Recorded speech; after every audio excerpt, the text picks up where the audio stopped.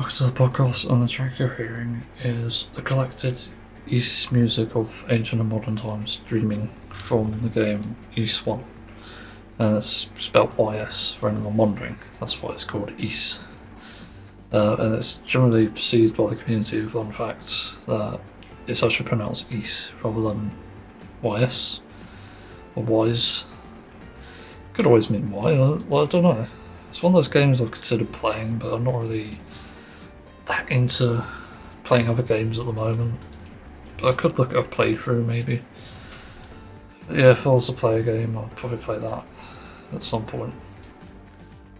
But anyway, about this track, from what I can tell, it is a cover of an in-game track by the company itself, Falcon Sound Team. And it's just so fascinating. I fucking love this track. It's so good.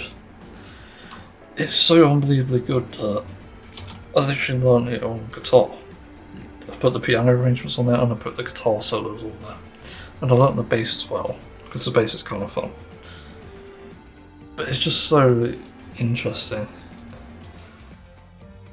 And I do really like it. It's just it's a really rare example, like a track that just has the right sort of setup for the arrangements. Like, it works in so many different ways.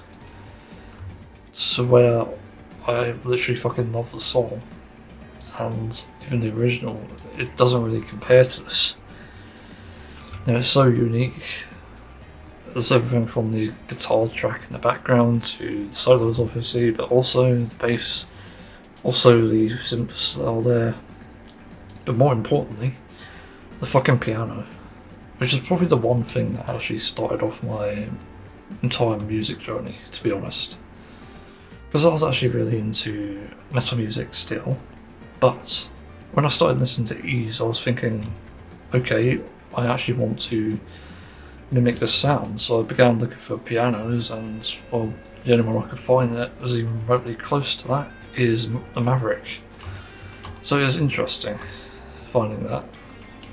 You know, it's just so unusual that this is one of the songs that sort of kick-started that journey into finding other instruments, because I was probably just going to use something like shredded Jupiter and Hydra maybe, and the default sounds and that, which are not perfect. But I ended up going with the Maverick for like a piano, and it ended up being a really good decision because it has such a variety of different tones and stuff. You can almost make it sound like any piano you want, which is really interesting. You know, it's one of those strange things, I guess. It's one of those songs that gets stuck in my head and I can't get it out. As I said, it's like so good. I just have it on like all my devices at this point, and it sounds so like old as well. That's the crazy thing. How could something so new sound simultaneously really old? It kind of reminds me of Saxon's style of making metal music. They seem to use the same equipment as they used to use like 30, 40 years ago, which is insane. And this is kind of what this track reminds me of. It reminds me of a really old track somehow. It just has the makings of it, and it still sounds so clean and fresh despite that. Yeah, but I fucking adore this song. It's definitely something, sure.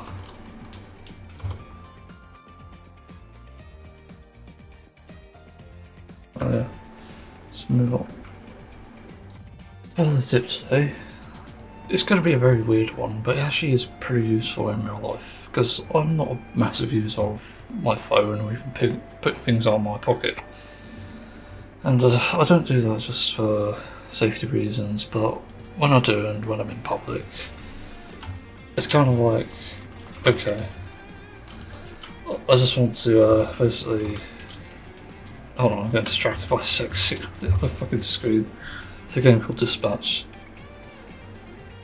Yeah. Yeah, the weird thing is, I guess, there's this tip.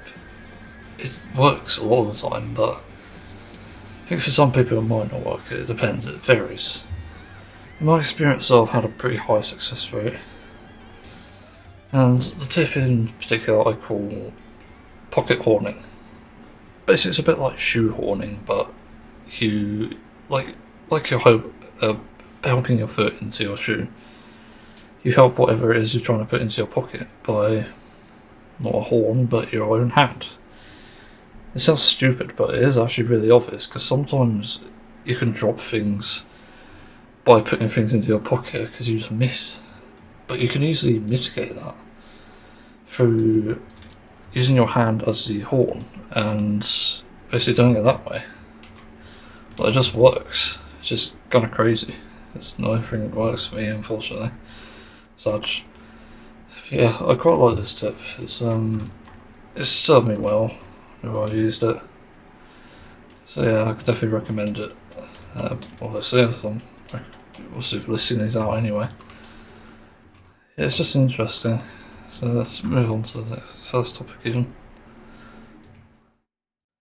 First topic to talk about, I suppose, about a game called Dispatch, and I'm really impressed with the first 2 episodes. I've not played it, but I'm watching someone play it as I play Final Fantasy XIV, so I'm like doing multiple things at once as per ADHD code. So that's how that works. Yeah, I'm really enjoying it. It's got an interesting story, it's got a good sense of humour. The animation's pretty good, even though it's sort of high frame rate, it's got low frame rate people or characters, which is supposedly interesting. It does sort of work though. Yeah, it definitely has a really good sense of humour and really interesting scenes as well. There's a lot of dick, and I'm pretty sure there is boober, but I quite find that entertaining. It's just one of these series, and I wasn't a fan of Telltale games, believe it or not. I like the Wolf Among Us one, didn't watch 2 I don't think, and I liked some of the other niche things. I like the Borderlands Telltale game, that was actually fairly good. But I don't really remember much else. I couldn't get into Dawn of the Dead. There wasn't much else I could get into. Yeah. It's just, it's weird.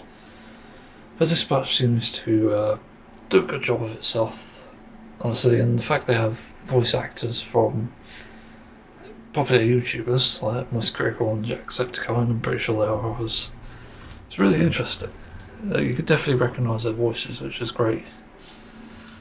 Yeah, but it's somewhat a good game by the looks of it, and I wouldn't consider playing it, but I think I'll still watch it. I'll watch like detailed videos on this and stuff. Yeah, it'll certainly be interesting. But I'm watching episode 3, I mean. Yeah, I'm watching episode 4 now, but I'll just watch episode 3 from a streamer called Penguin. As people may know, I'm watching his summer form. Yeah, it's very entertaining. Very interesting. I didn't expect episode 4 to start that way, but sure. Let's go. I suppose I haven't really talked about this, but Halloween's coming up soon in 2 days, but I think by the time this podcast comes out, it might be just after, but it might be on the day itself. Who knows, I don't know, it depends on how chatty I am. It's interesting, because I don't really have many Halloween stories, believe it or not. Because the most I ever really did was dress up as like the devil or something.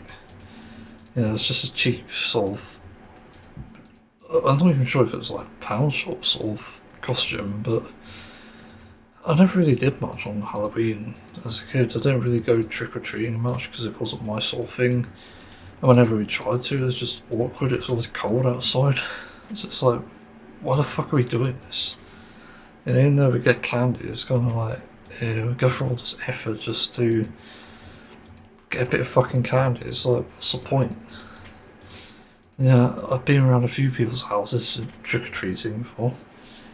As I said, I don't really have many costumes, and I tended not to like to dress up or anything.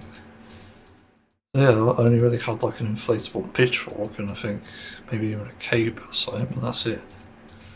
I didn't really dress up as much, and You know, I think parents thought I was quite weird, or people just at the door. Everyone's answering. But I will say one of the weirdest sort of... Yeah, we never got stacks of candy as being sort of portrayed in cartoons like The Simpsons, that you get tons of candy, but no, not really, and you don't really get many tricks, so yeah. But yeah, honestly it felt like a trick, but I didn't get much candy in the end. Sweets, as we call them in the UK. Just using American language, which everyone understands at this point. Do they? Still, the weirdest thing I ever did was actually trick or treat round with my mum. We're going to my dad's house, and obviously she knows. And because my dad is Christian, this was an awkward interaction. He was kind of not sure what to do. So, for some reason I've got a fucking angel delight. There's a fucking tree. It's just, what the fuck? It's so funny. Because obviously I didn't prepare it or anything. Didn't expect anyone to come around. It's kind of weird. It's so funny to think about. Get a fucking angel's light. I fucking love angel's light, by the way. But getting that in a trick or treat, not bad. That kind of makes it worth it. God, I wish there was a vegan version of angel's light. It'd be so good. Really miss that stuff. It's generally really nice pudding. It's quite simple to make as well. You just stick some powder and milk in a bowl and then use a electric whisk usually, and sort of mix it and then set it in the fridge for about 30 minutes. You typically do it like just before dinner probably, and then it's ready. And sometimes it comes out slushy, but it's fine, tastes good. But that's really my experience, and that's for those who've come around. I don't really pay attention really. I don't really remember many that have come around, but yeah, I do remember seeing like some children coming around as witches. That seemed to be very common as a costume, and I can't remember what the boys come around as. I think there was like onesies and stuff. It varied in terms of, you know, who you found and stuff. Yeah, Halloween wasn't all that interesting overall, and I don't really have many spooky stories. It's weird. Even though it's supposed to be a spooky season, not many spooky things really happen. I could talk about a scary story that I have. I just got myself killed crossing the road to my dad's house because I couldn't see a car that blended in with the fucking road colour. Like some idiot decided to design a car that was literally tarmac colour, so that was stupid. So I pretty much almost missed that. It seemed like a insurance thing, and obviously they knew that they can't hit me because, yeah, I'm a kid, I don't really have insurance. So it's pretty stupid. Yeah, I didn't really have like my life flash before my eyes sort of thing. It's weird. Some people get that, but I definitely didn't. I think another scary thing that happened at that place actually was in the house itself, and I think I was just trying to sleep and stuff. Like, it was awkward as hell, and I kept hearing random noises coming from the stairs, like creaking, and there was nobody there. I went to check it out, and it was like, oh, what the hell? That's weird. So it's definitely one of the creepiest things I've witnessed, and it wasn't a cat, because if a cat was that heavy, I'd have questions. So even though we did have a cat, it didn't make sense that the cat could make that much noise going upstairs. That was a very odd situation. I don't really believe in ghosts though. I think there's probably a reason for it. Maybe temperature. I don't know if that impacts wood or anything. That makes it crackle or something. Because I know like monitors, I think you sort of get this crackling sound when it gets sort of warm or cold. It varies. Yeah, I don't know. It's just a very odd scenario. And I have one before that actually in an old house, because actually I moved house over 3 or 4 times. My dad's side of the family, first place was a flat, that fucking sucked.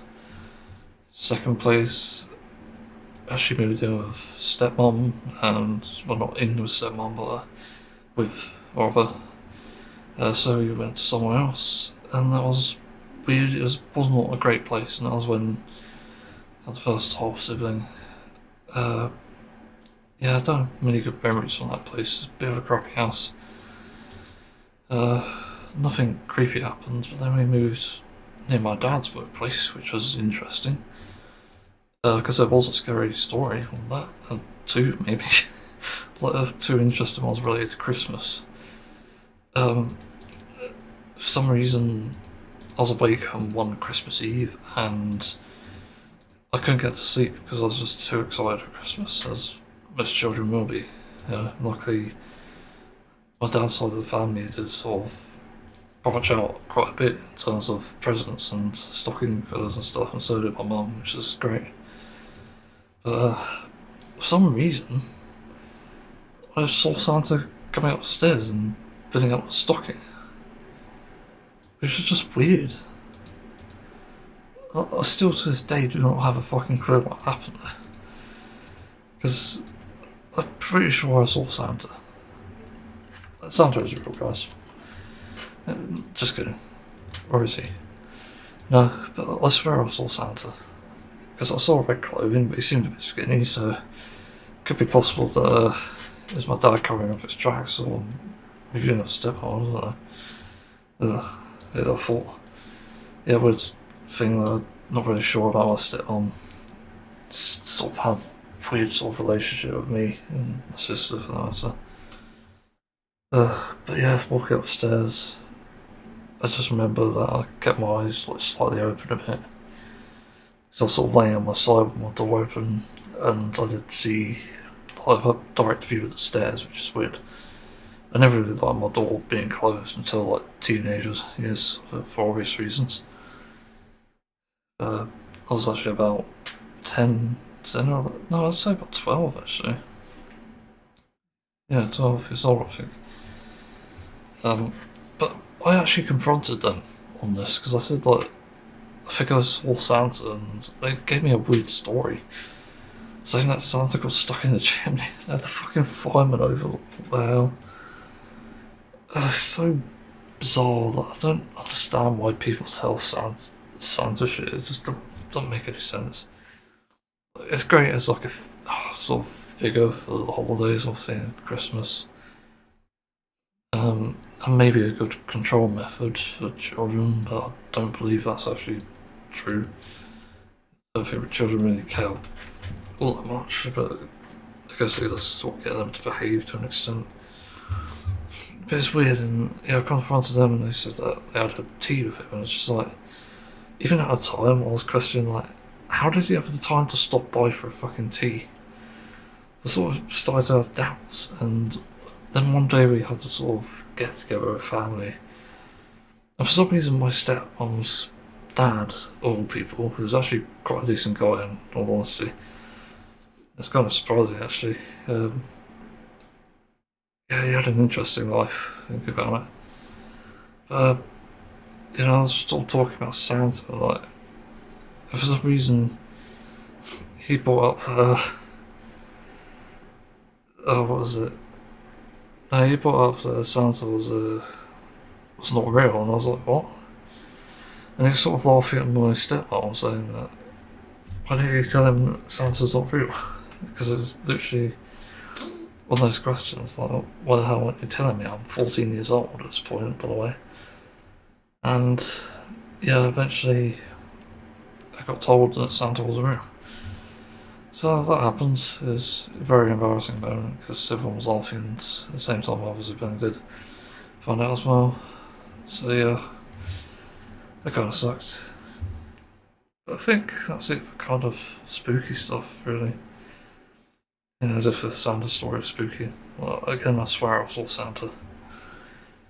Can't really think of much else. I don't know. Every now and then I do get a weird olfactory hallucination. It seems to be a glitch on my brain. An actual real glitch, I'm not kidding. But I get these weird smells every now and then through my nose, and it smells like the ferrets my stepdad used to have. Yeah, it's so bizarre. I remember exactly how they smelled, and they stunk badly. They're fun to have. Unfortunately, carnivores, so not fun in that aspect. But they're fun to have around, great to play with and stuff, even though they're a bit bitey and stuff, but I was getting used to it. They're very fucking cute looking. That's kind of what made them really joyful as pets.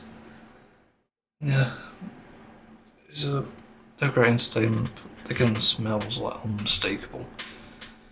I genuinely don't know how we even coped with that, because I genuinely stunk up the place.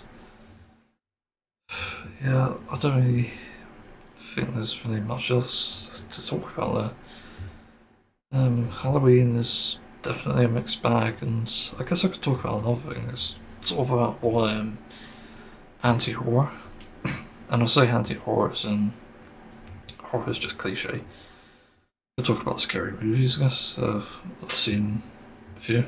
I've seen the actual scary movie, I think, a while ago, and Scary Movie 4. The one with the alien that pisses out the finger, and then the president does as well.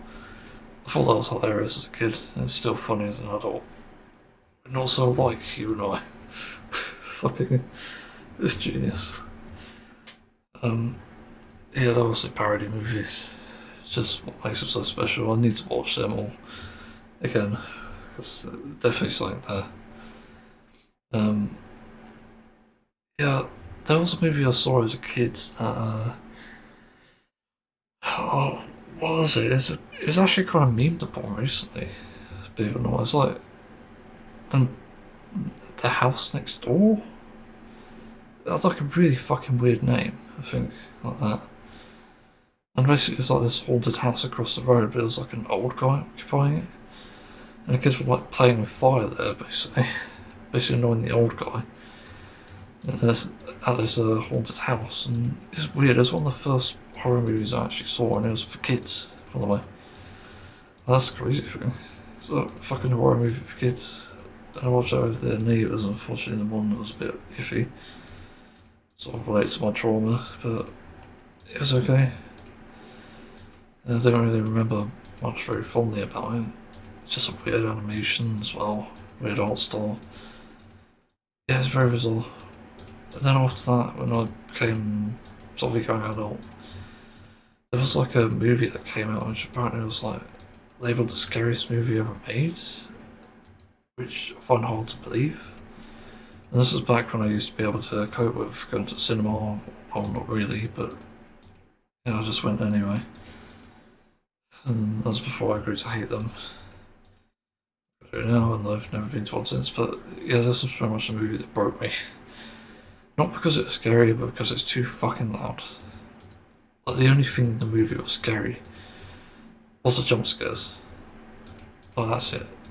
And the jump scares weren't very clever either. It was so fucking obvious when they were going to happen. I wish I can remember what it's called. I think it was around 2013, 2014, I'd like to say. It came out. It's just so fucking bad. Yeah, but I haven't watched many horror related things until recently, actually. I don't know how much you can consider it horror, especially if it's like psychological. Well, off the top of my head, Dark, very good. What was the other one? Stranger Things a horror? I don't actually know. I wouldn't say it's a horror genre, but they say it's more like action and drama. Although there's a horror, like has scary concepts for sure. So maybe a psychological horror, technically speaking. I'm just trying to think, I can't. I don't know. Any other things? God, I've seen other things. Made in Abyss, that anime, has been. It's a very weird fucking anime. When I was on the subreddit and stuff, it's quite obvious that there was a certain tone here that people had, which just made me kind of not like it in the end. I remember that being quite creepy at times. You know, the fix of that, or especially with like the whole world itself, like, it's quite fucked up. Jesus Christ. Yes. Trying to think of other things that. Oh god, this anime I need to talk about. It's much later. Sorry about that. Much later on. It's probably being overweight. My chair creaks a lot. Elfin Light. I can't remember when I watched this. Might have been earlier this year. I could be mistaken. But Elfin Light is fucking brutal and fucking scary as well. I just about remember what it was about. It's about this. I think it's clone lady. It manages to escape and has to go through the horror of life and having killed people. Yeah, there's a bunch of things with that, but one scene that fucking got me, as most people would anyway, it's just like almost needlessly brutal. And it's a scene with the dog being killed by these fucking bullies and that triggering like a massive catastrophic event where she kills the fucking bullies, which is, yeah, it sounds alright. Jesus Christ. That anime was traumatic, for sure. I sort of gone and done with that though. Neon Genesis Evangelion, I'd actually consider it horror. People might be weirded out by that. Why would I call it horror? I've even fucking watched it. It's so fucking eerie. You know, the way that it's sort of, I'm not necessarily directed, but edited, it just makes it feel so weird. Like something's missing. You know that humanity's like on a decline there, it's like so empty. Yeah, the most you get is the school scenes, but that's the most people you'll ever see in that. And even then, the organisation themselves, I forgot what they're called. Yeah, Evangelion, I guess I'll call them. They're kind of like, they're kind of quiet. You don't know much about the leader of it, you don't know much about the secret organisation and stuff, and it's just eerie as hell. And even listening to the soundtrack, I kind of feel like there's an eerie vibe to it. It's a world where climate change happened. It's a world where there's these aliens that are attacking the planet called angels. That's why the song's called Crawl Angels Feces. There's so many scary concepts in there as well. There's an episode literally called The Hedgehog Dilemma, which is really fucking scary as well. Like, it's about, I don't know, I'll look it up. I'll fuck it up. Hedgehog Dilemma. What is this? This is when we feel isolated and cold, we can yearn for intimacy and warmth. When we get close, we become afraid due to past experiences, so we bring our protective spikes and hurt ourselves and those around us to keep ourselves warm and others safe. We step away, but then we feel isolated and cold, yeah. Yeah, it gives you a good idea of what the fucking show is about, very much. That's kind of the thing with like the Evangelions themselves, or whatever you call them. I can't remember what they're actually called. But yeah, very fucking eerie, and it's like you send these kids out to fucking fight these things and potentially die. It's just crazy. It's crazy fucking traumatic stuff. And on top of that, the movies, which are far worse in my opinion. They have some interesting moments here and there. But oh my god, the ending of Neon Genesis 3, ugh, that still fucking creeps me the fuck out. I never want to watch that again. Simply put. Yeah, it's one of the first few shows that's actually like properly freaked me out how Monster extent. Is it Monster X? No, Hunter x Hunter. I don't know why I was thinking Monster. But Hunter x Hunter had the Chimera Antark, and that was also equally terrifying. Because you didn't know where the people were going, they're being eaten. It's fucking spooky as hell. And the biggest thing for me was knowing that the humans stood no chance. It's weird enough an analogy for animal agriculture, because that's literally what's happening daily in real life. And that's why it's so fucking creepy. just so bizarre, but also just really creepy as hell. And The Promised Neverland, yeah, that was quite horrific. The manga was the best one though. Trying to think of other TV shows. Black Mirror is really good for psychological horror. I suppose I need to talk about why I'm not actually a fan of horror in the end. It's not so much that I'm actually spooked or scared by things, it's that I can't handle it with just the anxious thoughts that I get on a daily basis. Is not really healthy. You know, sort of reminds me of some of my traumatic findings with not suitable for life content. There's a lot of things with that. Sort of goes into mental health being obviously trigger warning. I've seen a lot of fucking death and suffering from that. It's all out there on the internet. It's something else I've also exposed to through a dodgy group of people I met, which I didn't really expect because you wouldn't suspect that sort of thing. You know, most people on the internet just talking about games and trading in TF2, but this was the first time I come across people who were doing really shady shit, including watching these sort of videos. So I had to sort of traumatise myself to basically stop the fear of it and stop the thoughts of it, basically crowding my mind. And that sort of made me distance myself from horror. You know, I played like crappy horror games back in the day, like Slender, and I didn't really get scared. I even played it in the dark, and it's just kind of like, yeah, you know, I know what to expect, and it just doesn't faze me. Even in real life, I've weirdly enough developed this habit of no longer being scared of things, even though I'm kind of anxious and not very calm in the moment. But I hear like fucking loud sounds, which otherwise would have scared me. But I've gotten so used to it that it doesn't faze me. It fazes me that I heard a loud sound because it hurts my fucking ears, but it doesn't do anything. And it's not really that made me quit, it's just the fact I can't really handle jump scares very well. Because when they do happen, it does affect me quite a bit and can affect me the entire day because of my mixed anxieties. Because that's so tied to me and my being, I just can't handle it in the end. I can't even handle psychological horrors to an extent. I'm actually going to have to be careful about that moving forward because, Jesus Christ, you know, there are things that I just rather avoid. That's why I kind of prefer like, the action stories.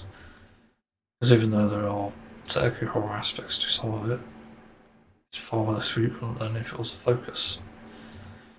It's kind of the one thing I regret about Black Mirror is it is anxiety inducing because of the nature of the show.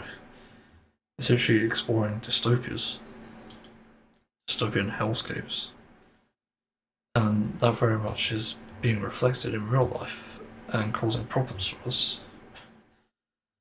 So it's not that healthy, and I know when I finish it, I'm going to have to certainly watch something that is definitely entertaining, it's definitely funny, because I need to sort of wipe my mind with that. And I'm not actually going to watch Squid Game season 2. I don't think I've left it off for quite a while, but I don't think I want to.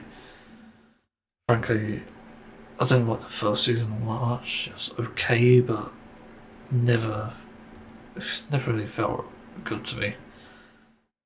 So I don't think I even have that listed actually. Yeah, I don't know. There's Black Mirror, so remove that. I'll definitely watch something interesting. And what's my watch order? Because I remember writing this down. Okay, long live TV, so it'll be a live movie next. I need to watch something like that. You've got a few here. I'll watch. Probably not a scary movie, just in case. I don't know what I want to watch next. I might watch an old one, because it probably hasn't aged well, it's kind of funny. There's one I recently added, Come Power into the Fist, and listen to your podcast. Your movie podcast is what it stands for. it has some interesting like discussions on there and movie recommendations. Like technically, yeah, Compound looks like a lot of fun, so definitely going to give that a try at some point. Probably not at the moment. I'll do my research anyway. Yeah, I'm pretty much anti-horror because it's all the same shit over and over again. Jump scare this, jump scare that, rather than a literal just shock sort of value sort of thing. And you might argue that's not horror, but to me that is shock value. And whenever even in the Hunter x Hunter, the entire Chimera Ant arc is shock value, and that's why it's so fucking scary. You find out that families and children have been fucking eaten. It's like, okay, that's creepy. It's definitely very eerie, and the fact these are like villages, it's crazy. So yeah, it's also not really pleasant to think about because it does reflect in real life to an extent and worse now because, well, as we know, politics has gone way out of hand. It's been corrupted and basically enabled some of the worst shit that could ever happen. And frankly, I don't know why people aren't fighting back. And that's scary to me as well, and that's another thing that adds to anxiety.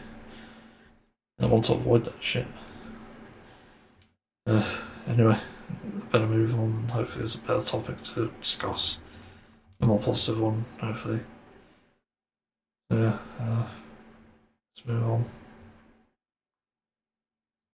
I've been reminded of a conversation I had a while ago with a friend I met. Sort of in real life as well. I mostly talk online. But it sort of got me thinking because I was in a group of various friends, and for some reason I've become made more friends with women, which has always surprised me because I wasn't that popular in school. Yeah, it's just weird how the tides turned when I sort of had a change of heart as well. But I've had some interesting conversations over the years, and one of the things that still gets to me now, even all these years later, is the fact that there aren't really many decent people who are willing to listen and talk to some of these women that I talk to. Because even though most of them technically have partners, there are those that don't, and they don't have someone who listens to them, which is really concerning. I don't think it's even like a women-specific thing, because I've even experienced it myself. Whenever I've been looking for dates, supposedly, about 95% of the men I come across in dating literally do not want to talk. Like, it's not like a case of anxiety, I don't think, or people being a bit like, oh, let's just jump to the sex. It's more like they're just ignoring everything I'm saying, and yeah, they're trying to just sex, but the small portion that do listen, that do want to talk, are still decent people. But it's just those 95% that are just so bad. And it just seems quite rare, to be honest. Like, for sure, I'm not exactly, I don't know, not horny, I'd just say. I've definitely had moments where I've been a bit forward, but that's a different story entirely. I'm definitely not proud of it, that's for sure.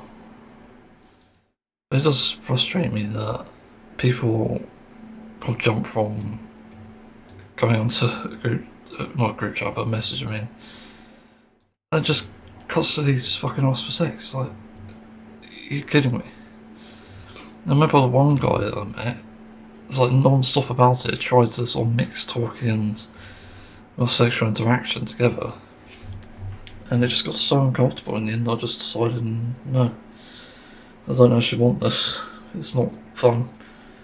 And yeah, given that I already struggle enough to fucking keep hard on, situations anyway, it's like, no. There's a video interaction to be specific, but it's hard enough. It's sort of a pun, but I mean, it's difficult to stay aroused even in that situation because I don't really have the capacity to just jump to an interaction like that.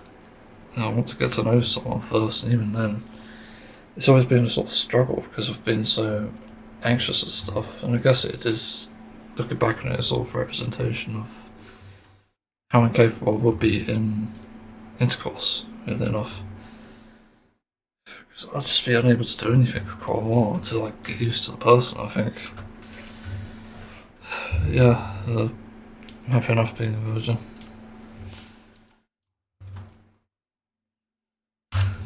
Yeah.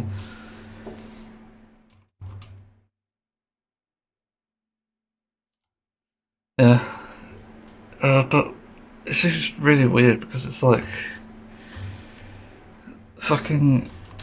There's always just one focus with guys, and this is the best piece of advice I have for most men, and it's to focus on not the sexual interaction or someone's looks, but rather their personality. That should be the most important thing here, because you don't give people a chance. You don't really give people like a proper, I don't know, not necessarily interview, but even like a proper read, I guess, is probably the better word here. Because you can know a lot about someone within probably like the first few days of like talking to them. And the more open they are, the better. It matters. The problem is because people don't do that, women get the wrong perception of men as a result. And it's likewise with myself. And certain gay people will get the wrong perception of men. It's very awkward, and I don't really know an easier way to address it exactly. As I said, it's about sort of rebuilding your idea of what you want in a relationship, and really, I think relationships should only really be for people who want like a constant interaction or some sort of like, I don't know, not necessarily safety net, that's sort of the wrong term there. You know, just someone that you can rely on and trust, essentially with your life, like your secrets or whatever. You know, that's sort of the point of a relationship in the end. It's someone you fall in love with deeply, as soulmates almost. And yeah, you just find comfort in them. But the problem is, if there's not like a spark like that, it doesn't really work out, and that's been the situation with all my relationships in life. And even then, I say that I'm pansexual and I can find myself romantically attracted to men, but I'm not actually 100% sure if I am. It's more, I'm sexually attracted, sure, but romantically it's yet to be decided. You know, I have met someone before where I've been like, oh, okay, he seems great, and unfortunately he fucking ghosted me. It did seem like a scammer though, because we actually did have a video call. It did sort of sadden me because that was like one of my biggest opportunities for potentially finding the person in my life. It's like very relatable, very similar to me, I guess. It's not in a selfish way either. I literally had a lot in common. The guy was vegetarian, so I could take on vegan food as well. Yeah, it does sadden me. That seems to be a problem though, is that people just don't listen or they don't pay attention enough, maybe. It's sad. I just wish that there are people out there more willing to listen. Yeah, that's definitely one of the biggest problems today, in my opinion. Like, even politically, it's a big issue. You can't exactly survive in this world with that bullshit. It's pretty much impossible.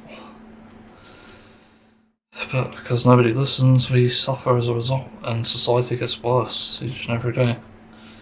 You know, people are victims of bullying and you just dismiss them as like, oh, it's just a thing that happens that children do. Yeah, but that creeps up on you. That fucks up your entire life. You can't be dismissing it just on that basis. And children can be as fucked up as adults, by the way. Let's not forget that. I've definitely witnessed it myself. So I really do not understand that argument. It's just so confusing. I don't understand why people would demean people so much. I think that's the word, demean. It's just absurd. Anyway, yeah, I still think the best advice for understanding people is just dropping whatever bias you have, because, like, to make it clear, I'm hypersexual as fuck. Like, literally, a few days ago, I literally went through a sort of mini heat, I guess you could call it, similar to what animals could go through. That's what sort of what hypersexuality is in the end. And yeah, I was fucking horny as hell for like the last few days. It's like constantly fantasizing about some really hot fucking anal sex. Jesus Christ, it's crazy. And I'll go into other details like that, but definitely had some interesting moments there, and I couldn't stop thinking about it. That's when you actually have hypersexuality, I think. The thoughts just don't stop, even then, when you're out of the woods, supposedly. But yeah, still, the most important thing is to come out of that realising that these are all human beings that you're interacting with. They have a unique story. And it's like, yeah, it shouldn't be that surprising. It's just doing so funny in the game. Someone inside a pumpkin. Yeah, it's interesting. But I just wish people listened. Like, again, that's the main fucking point here. And again, my advice is to put the person first, and also you'll probably have a better chance at something like sexual interaction if you treat people like decent human beings first and foremost. That's one of the things I recognised with talking to, of all things, women. Or people, I mean, for fuck's sake. Just a lot on my mind at the moment, unfortunately. So I'm not gonna say 100% correct things first time. Jesus Christ. It's one of these topics that it's hard to address. And especially under a bit of pressure, it's harder. Yeah, I'm not really sure what else to add. I suppose my advice for gay guys is the same thing. It's like, you need to talk to people first and get to know them, rather than focus on the sexual interaction first and foremost. And to be honest, as crazy as it sounds, but I do think there is a case of possible sex addiction, or maybe even starvation, maybe loneliness pandemic in gay men. Even though there's almost a whole world out there with, thanks to Grindr, it's still sort of suspicious in that sense, because I don't think people will necessarily want to go on board with that sort of thing. And this is kind of why you need a sort of hub area for not necessarily people like this, but for gay people, close to gay people and stuff. Like somewhere safe, like a gay club. Well, that's probably a better way to put it. And they're not too frequent, unfortunately. I don't even know any that exist around where I am.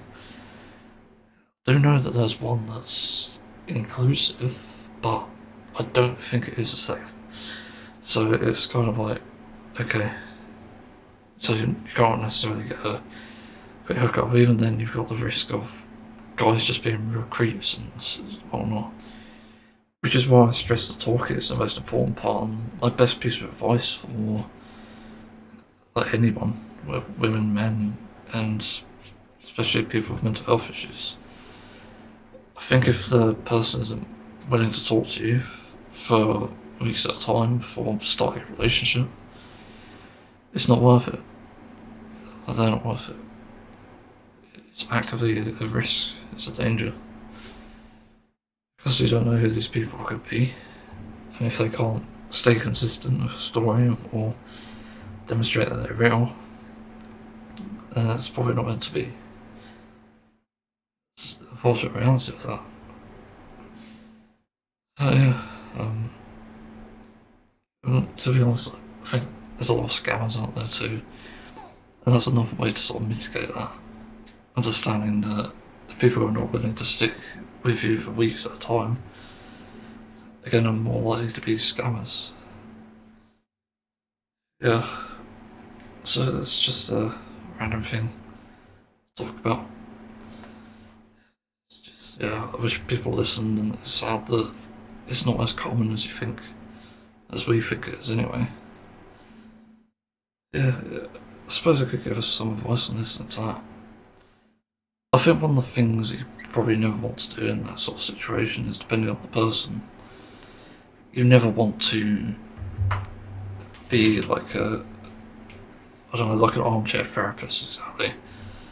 Because one of the problems with therapists in general that I've found, they tell you the most generic thing. And I remember my CBT thing, when I did that for a few years, it literally just felt like I was being gaslit all the fucking time. And so you're feeling anxious about this, are you? Kind of like really confrontational, and I just fucking hated it in the end. So I stopped going. It's like no point. And it's just like, it wasn't exactly patronising, but it was more like, well, yeah, it was patronising actually, I don't know what I'm saying. It's like, good job for doing this thing, or okay, I understand you're feeling this way. But they don't understand. That's the problem. And you never want to fucking stoop that low when you're addressing someone in a conversation. Trust me on that. Because it is fucking hellish. Nobody wants that shit. It just gets really frustrating. Again, people have heard it many times. If they haven't heard it from therapy, they've probably heard it from someone else. So you never want to address things in the usual way that you would otherwise. I'm trying to think of a scenario where I've done that. I remember giving someone advice on anxiety, and it's supposedly helping, and it wasn't the usual advice. It wasn't like fucking breathing techniques. It's more like distractions and higher focus. Like, my biggest point of mental health sort of treatment is about focus, and when I talk about focus, I'm talking about a distraction. It's a band-aid for sure, but it's one that works. And I've seen it consistently work with myself and even the people I talk to. It's weird, but it does work, and that's what I mean. You don't give the same old advice. You cater it to the person and you explain it, or at least give a different idea of what to do. And yeah, I've had awkward interactions sometimes where maybe someone's passed away and I'm never sure what to say. I'm just kind of like, I think I'll probably say something like, I'm sorry for your loss. Maybe I can add like, we don't have to talk about it if you don't want to. But yeah, it's about being open-minded and accepting of whatever the person says. And apparently kindness is quite a rarity in conversations like that. I remember, unfortunately, my abusive housemate, some of the things he says is true, but a lot of the things, the ways he treated me is bad, but some of the things he says is complete bullshit. One of the things apparently that I do well is that I can look after people.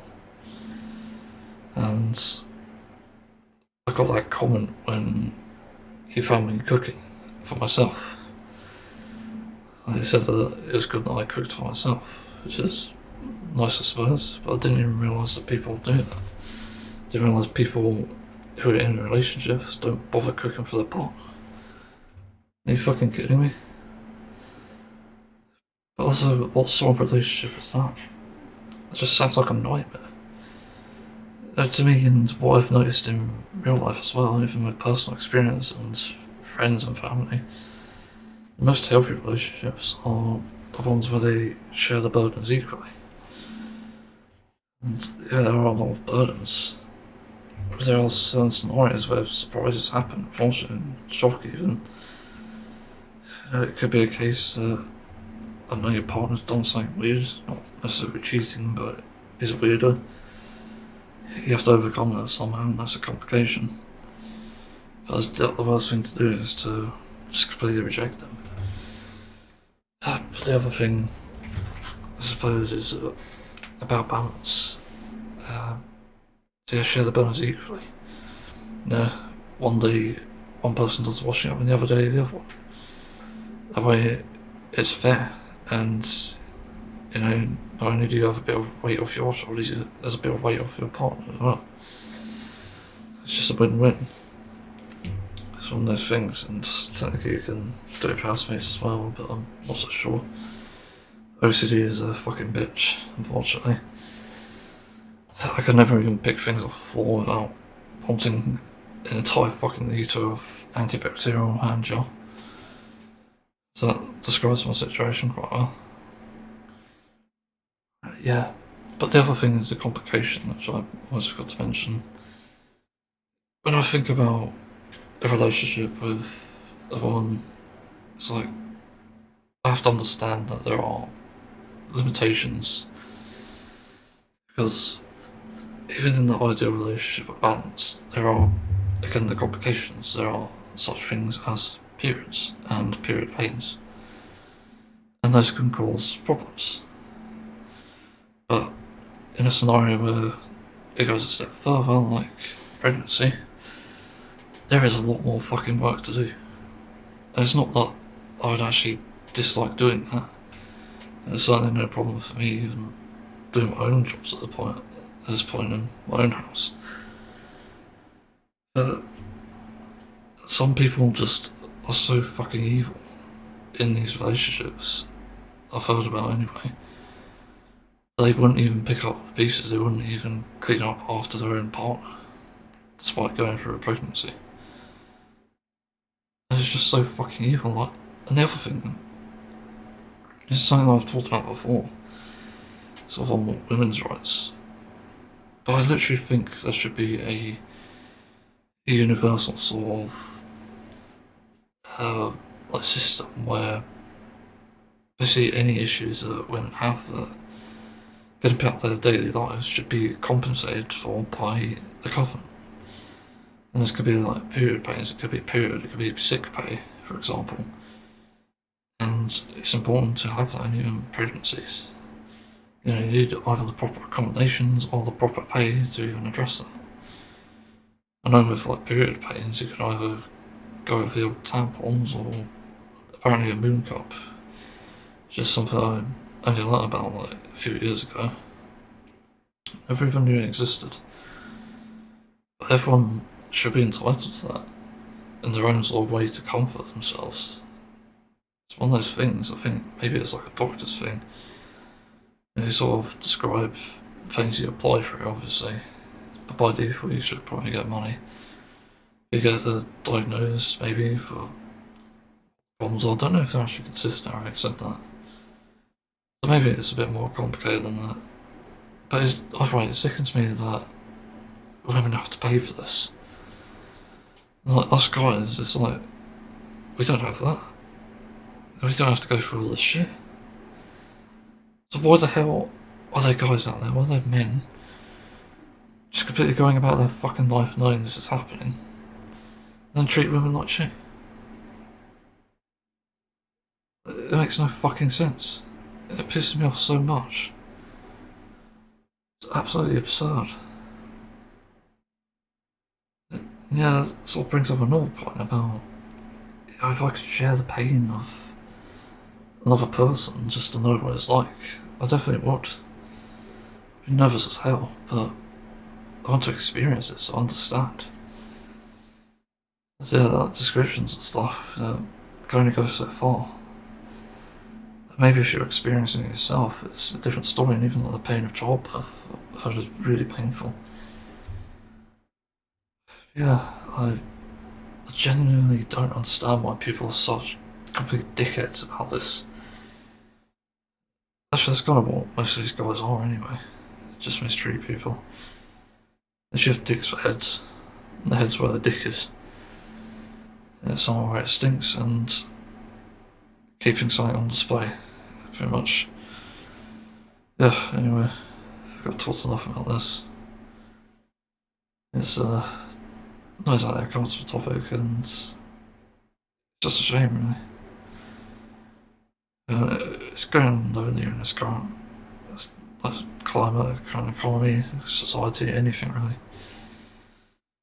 You sort of need community things to even cope at this point, like not tied to technology. What the hell's I saying? You need things not tied to technology, I think, to basically get community and stuff. When you look back to times like the 80s and 90s, even like really early 2000s, the one thing that people were still doing was actually going out and meeting instead of getting a fucking Uber or Just Eat or whatever. I sound like an old man, but I'm 28. So I grew up around this sort of culture of delivery foods and whatnot. Even then, like, takeaways are still viable. Yeah, get-togethers and takeaway, that works. But there is a sort of special culture that seems to have been lost now. Where to meet people and even develop relationships, you would just go out and do something. And it's certainly easier now for some people with mental health issues. I definitely couldn't go out for a dinner date. I don't think I'd be too nervous, and I'd have to go for like a takeaway indoors. And that'd be more comfortable to me because one, it's away from crowds, and two, it's I can order what I want and still take it home the next day. And also, I just don't like eating in front of people in a situation like that. There's a lot of pressure. It's much easier to just eat at home. That's kind of the thing. Yeah, you can host a party at home, and that's still more comfortable than eating out. Yeah, anyway, should probably move on. I've got things to do. I'm really behind on my hobbies today. Okay, I'm 49 minutes in. It's not far. I thought about cutting half though because I'm stressed as hell. I'm really not sure. I have to think about it. Anyway, let's move on. So, Black Mirror Season 6 Episode 1. There's probably going to be a brief one on this one because there actually wasn't too much going on. I sort of predicted how the episode would go eventually, and it says I was right, so not necessarily a bad point, but it's still an interesting episode because it sort of tackles multiple concepts at once, which I found interesting. The first one being that basically Joan's life was being documented and turned into a TV show of all this glorious drama and tribulations and stuff. So that was interesting. Definitely gets you thinking. It makes you wonder, what the fuck? That's so bizarre. It's a scary concept too. Because it makes you wonder, like, they could actually do something like this, because we already have AI celebrities, technically speaking. It's already become a thing, and this is the nightmare that it presented in this show. In this episode, I mean. And when I saw the watching a show within a show, I thought, oh, this must be a simulation. Because there's no way that it could fucking allow that. Like, it's just crazy enough that it couldn't happen, basically. But anyway, Joan tries to sue because her image is used, and obviously her life is ruined because of the show. She finds out that there's nothing that the lawyer team can do for some reason, and she basically goes back to the guy she used to date, have good sex with. Yeah, there's a bit of detail. So she tries to anyway, and yeah, they can't really get along, and then she starts watching her own show and realises that it's repeating all the things that she had just gone through on that day, I think it was. Yeah, really fucking creepy. And it exaggerated the lawyer thing, which definitely made me wonder, because it also showed her cheating in the first episode of Joan is Awful. And then it showed her also with the lawyer in the second episode, and if you don't know what I'm talking about, probably need to see the episode first. Yeah, especially Joan watching her life unfold via these fake actors, which are CGI and AI generated, which again, scarily close to real life. It's not too far off. Like, holy crap. This seems to be actually happening, and that's worrying. So yeah, scary stuff.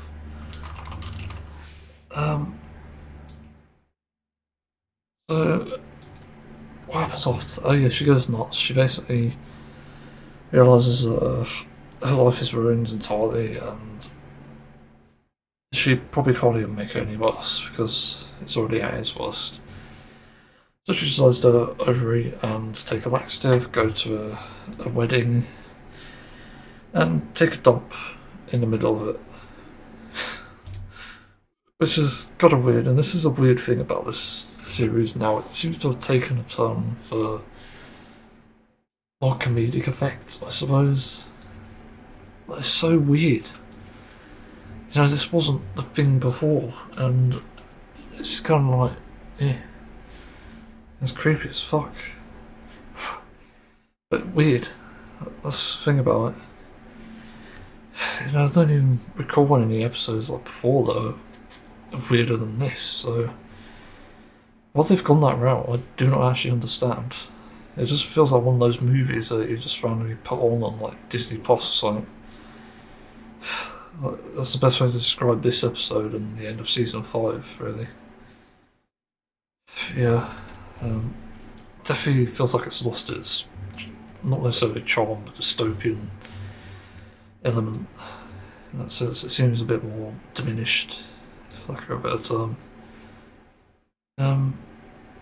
Yeah, and obviously she gets arrested, and then she goes back home because she's let free by a lawyer.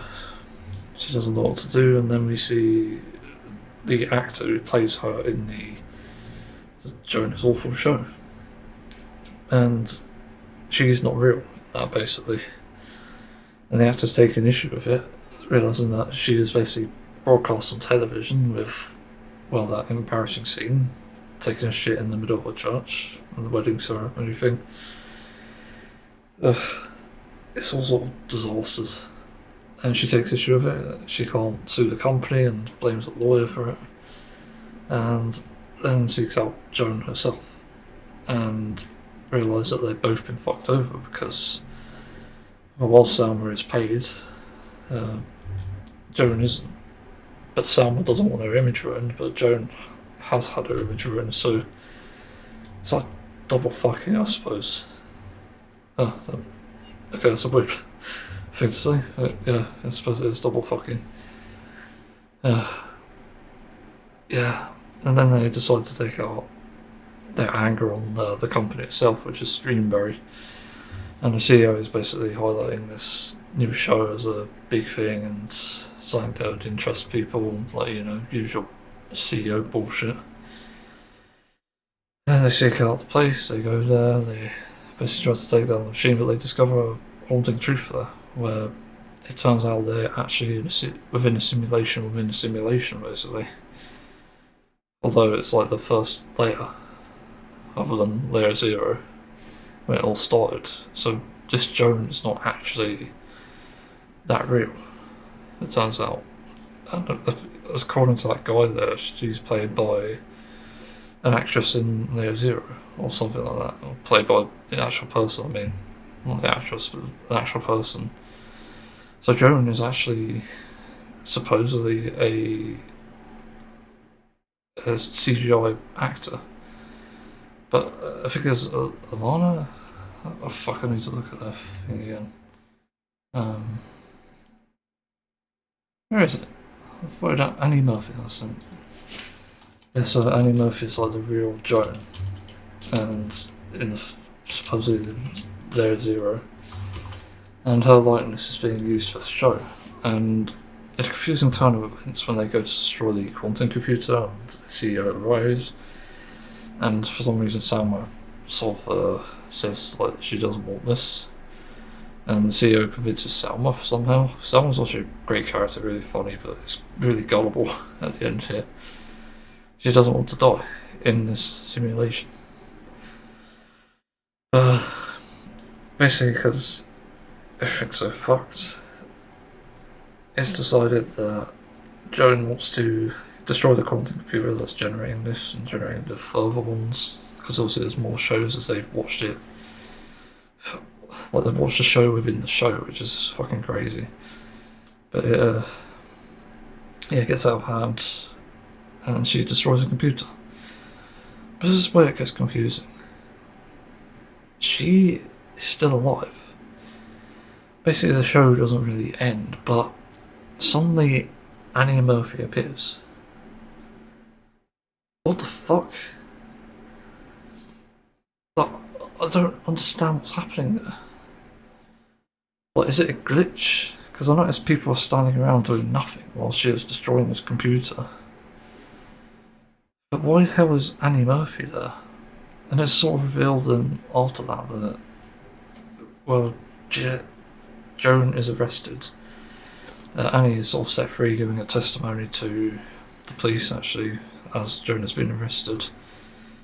Supposedly telling her what's happened. I don't know what happened exactly. It's a bit confusing to me. It could be that they're harvesting her brain or something, but who knows. But anyway, this all goes on and on. And then you see afterwards that Joan is free, living a proper life now, besides her job being lost, and she now owns a coffee shop and meets Annie. Yeah, what the fuck? I'm still so confused. And they've both got trackers, by the way, but on their foot. But I'm just so confused about this. I don't understand this ending. It's so fucking bizarre. But there was a credit scene, like randomly showing these bits. I think it was a fake credit scene. I sort of wondered that. I'm not too sure if it was though, because I don't know who the actors are on here. But anyway, after the credit scene, there is another scene. But it's just like a filming of the shitting herself in the church thing, and it says Broke and Bones. Clever name. Yeah, a bit confused about that as well. What a fucking episode. I think it's good. And I definitely think it's scary to think about that this very well could be a simulation of your life, especially taking the concept of Inception possibly, maybe mixed with Matrix, and putting it into like a TV format. Yeah, and it all blends together somehow. Scary. But the main thing that really sort of made me feel freaked out was probably the CGI actors and stuff, and the fact that this phone tracks your situation and stuff and records you. Yeah, as it's doing now. Pick my phone up. Hello? Fucking tracking me? Yeah, probably. Yeah, it's a weird situation, for sure. It's definitely fucking creepy though. It's one of those things. You never had this in the 80s or 90s because nobody can necessarily track you. Sure, there was tapping into phone conversations and texts, but that was completely different. Nowadays, it's like corporations have the ability to track you so they can do whatever they want, and that's far scarier. Simply because it won't necessarily get you in trouble, but it will definitely get you paranoid and also realising that your world is like entirely put on its head because you've been tracked. Which is just fucking absolutely dangerous and insane. It genuinely makes me question what government's saying, because this does turn political, obviously. It is a political conversation when it comes to billionaires, because the billionaires are funding government. So that's why. And it's because of that the governments do whatever the billionaires want them to do. So the UK is in such a bad situation, but yeah, who knows? It could be the case that Netflix, for example, ends up buying the government. You never know. And because of that, they'll do something like this. That's sort of the entire prediction. It's basically a mockery of Netflix in a way, which is really ironic because it's hosted on Netflix. And they're watching Streamberry. And I wonder what these shows inside call it, because they probably don't call it Streamberry. It's so weird. Anyway, it's a good episode, I can recommend it. Better move on and start playing Deep Rock Galactic. There's a new update, so I'll try that out. So, the meme reset is a thing apparently, and it sort of ties into something I've been saying for a long time now. Ever since AI anyway. It's technically been a few years, and yeah, so the meme reset is something that supposedly people on the internet are trying to do, where they're bringing back older memes because of the existence of AI slop, basically, which is not a bad idea in all honesty, but I feel like AI is going to generate memes itself, and it's just going to be inevitable in that sense. And on top of that, it will just generate AI of the memes that we're trying to reset, essentially. But it does tie into like a ethical discussion about how I feel about with just the fact that AI has gone too far, and so has technology.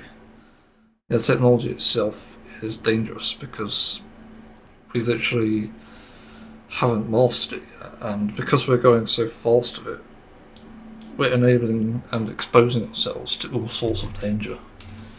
So it will happen that we just fucking potentially suffer and die as a result of technology. But resetting it itself is not a bad idea in my opinion, even though we may see some consequences to it. I think the benefit far greatly outweighs everything else, and on top of that, if you're like me, 28 years old, and you grew up around a specific time, maybe, you probably remember that there was a lot of things with, the world. Basically, we grew up around a really different era. We're talking about really dodgy, yokey sort of memes and oof memes. Yeah, N-word, F-words, you name it. But honestly, it's not that we want to go back to that exactly. It's that we want to go back to a time where we didn't have to worry about this fucking shit. Because it's just so bad, it's so horrific. At the moment, the memes that we see currently are just so boring and samey. Like, I'm not gonna lie, it just feels like the same old shit over and over again. And it just feels boring. Like, every year there's like a fucking meme about what, Minecraft Jack Black saying Chris Pratt. Like, I don't even know anymore. There's just so much shit, and I get bored of it, to be honest. I don't want to see this crap. It just gets tiring after a while, and you've seen it all at that point. You've seen one, you've seen it all. That's what people say anyway. So it's just really bad. Yeah, I don't really get it though. The fact that memes have become so unrecognisable, like the fact that we're even doing this thing called 6-7, I don't even understand it really. I know there's like something about getting up. That's what I saw in the Lessons in Meme Culture, which I also watched before this as well. Yeah, I don't understand it. It doesn't seem funny to me. And memes are supposed to be kind of iconic or funny in some way, but this just doesn't do anything. I guess South Park is on a roll at the moment with how it's criticising the US, but I don't understand how this is funny. Or how this is good, let alone. It's just concerning, really. Yeah, so, I don't know. I'm not sure what the right answer is exactly. It is a concern of mine. I do think there's a lot that can be done at the moment, but regulations just don't do fuck all. So we just suffer and struggle as a result. It's just unfortunate. I don't know. Anyway, I don't really know what's at here. Again, it's important the way you address this sort of thing. It's kind of just bad. I don't have any sort of alternative way out of this that's easy. But my opinion on it is just still that, really. I think it's good, but we still have a long way to go.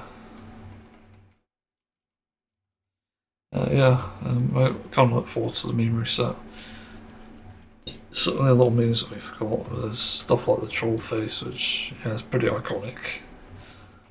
But we have to wait and see, really. It could also just backfire, though we never know. At this point, going back to something, a form of even what was something normal a few years ago is just kind of comforting in a way. Not perfectly, but still. Again, in an era of AI slop and rapidly growing technology, it's good to go back to the normal stuff. Like, that's why I've been fucking collecting stuff. Like, collecting like board games recently, because I don't even know what's going to happen next in this world. Frankly, it's so unpredictable that I just do not know the right answer. It's just confusing. Anyway, I think I better move on. Yeah, just a topic, I guess.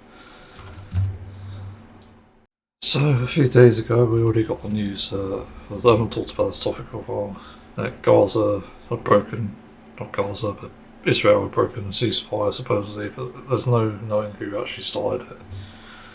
But Israel, as you might have expected, as we all expected, persisted despite the ceasefire being broken. And so Israel is now doomed to another genocide again.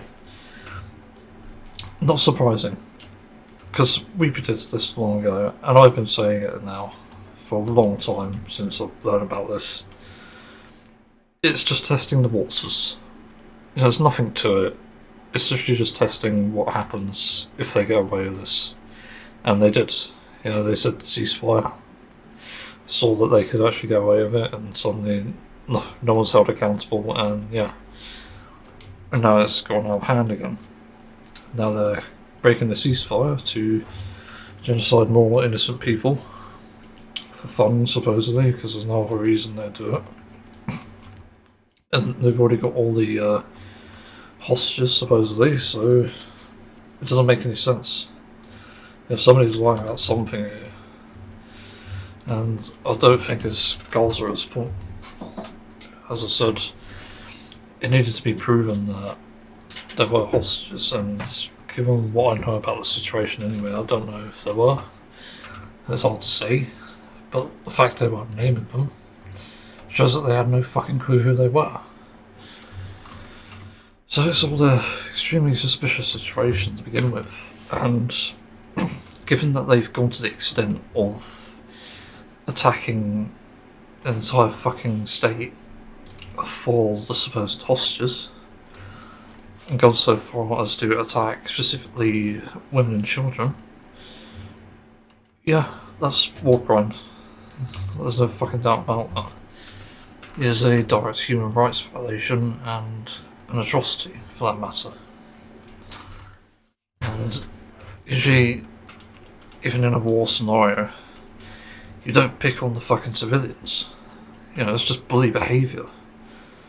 So Israel are the bullies, and no matter how you look at it, what evidence you show, Israel are always going to be the fucking bully in this situation.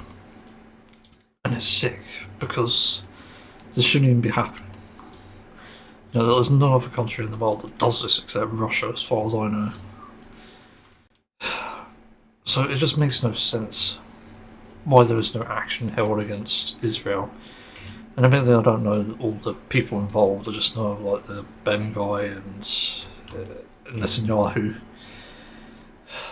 Wasn't there that foreign guy that came to the UK as well? The army's leader, I think the IDF.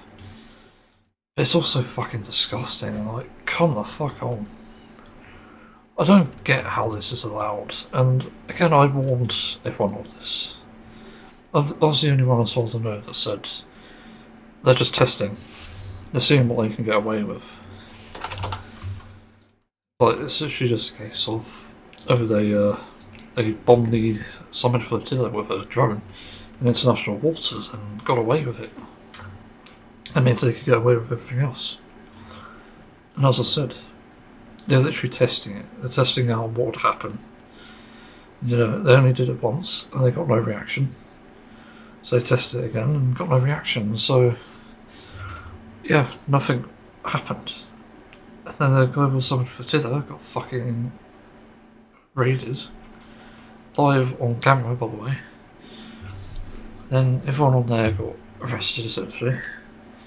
Taken to an Israeli prison, treated like shit, almost killed someone because... multiple people, because they threw away the medication. Like, are you fucking kidding me? How fucking stupid are these governments? Like, what is going on? It's seeming more and more true that my claim about corruption in government and the links to Israel is actually real.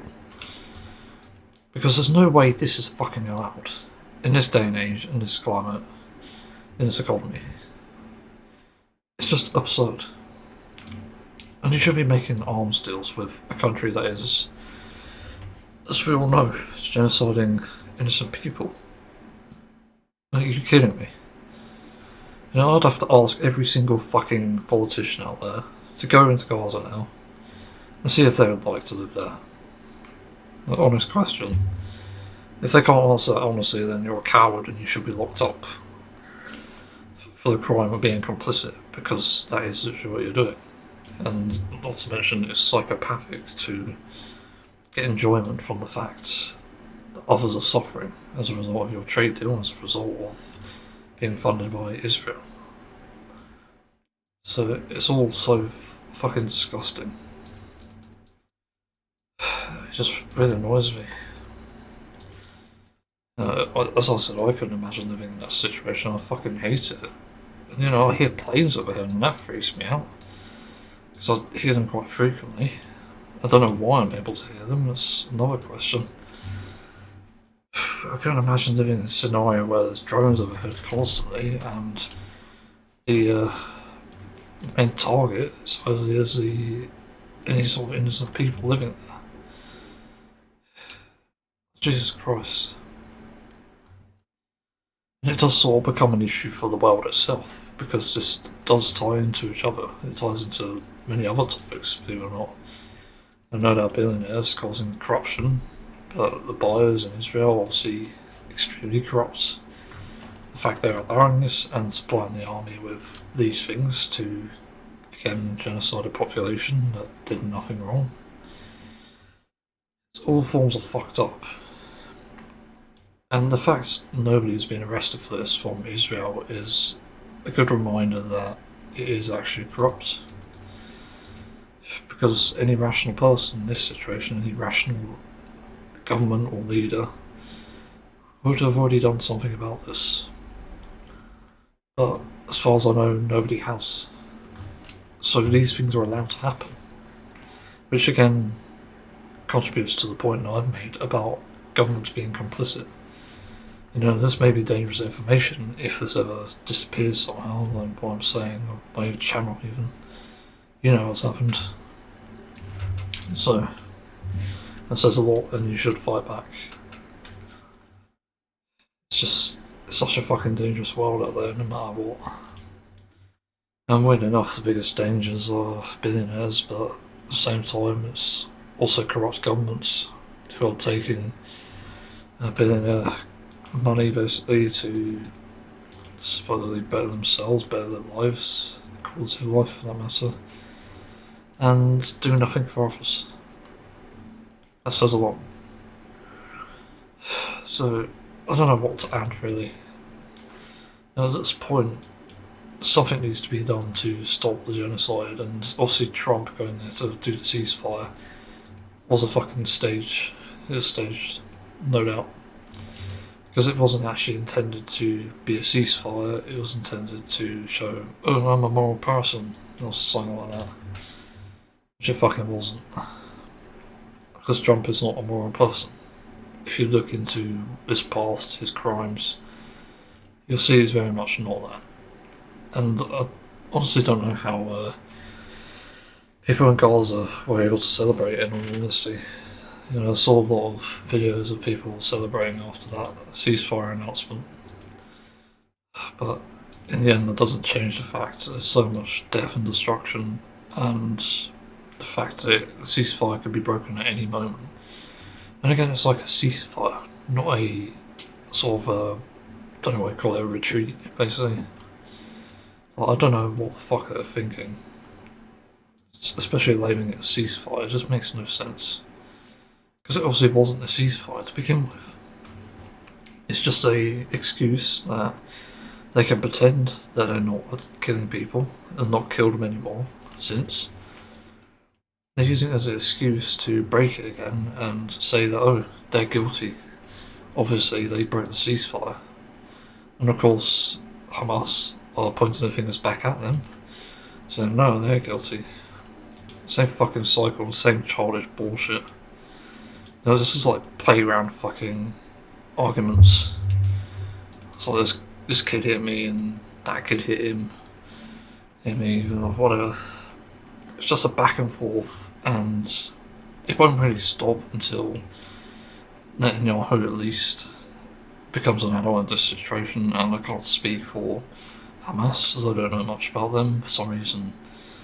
Nobody actually really talks about them, even in the spaces that are pro-Palestine, so it's a bit odd to me. It doesn't mean that it justifies the genocide, though. Nothing does. You know, if this was a situation of exchanging hostages and basically trading people, letting them free, not necessarily trading people, letting them free to begin with, then that should have been the thing that was done on both sides. And of course, if there was someone in Hamas who was saying no can do, and they were just asking that they meet on their terms of something stupid and their entire country is being genocided, then Hamas is wrong and they should be arrested as well. It goes without fucking saying at this point.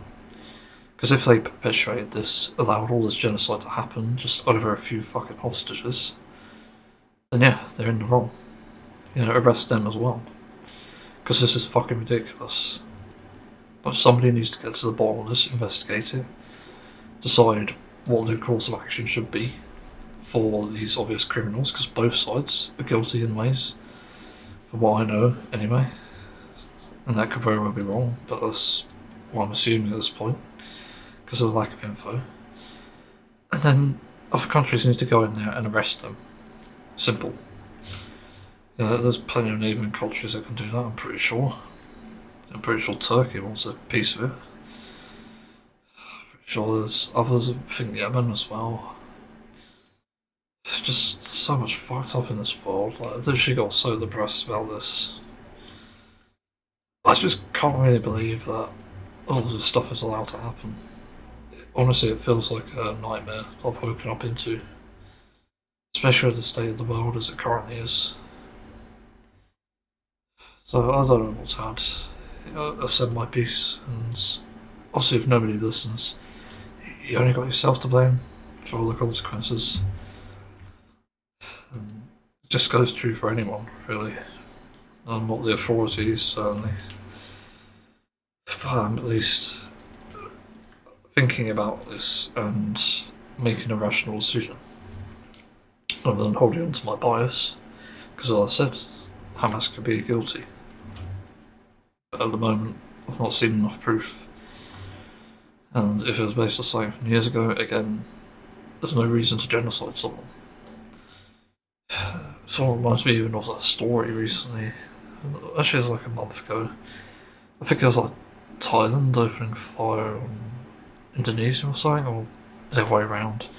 Basically, nobody can decide what happened, and they decided to start a war because of that.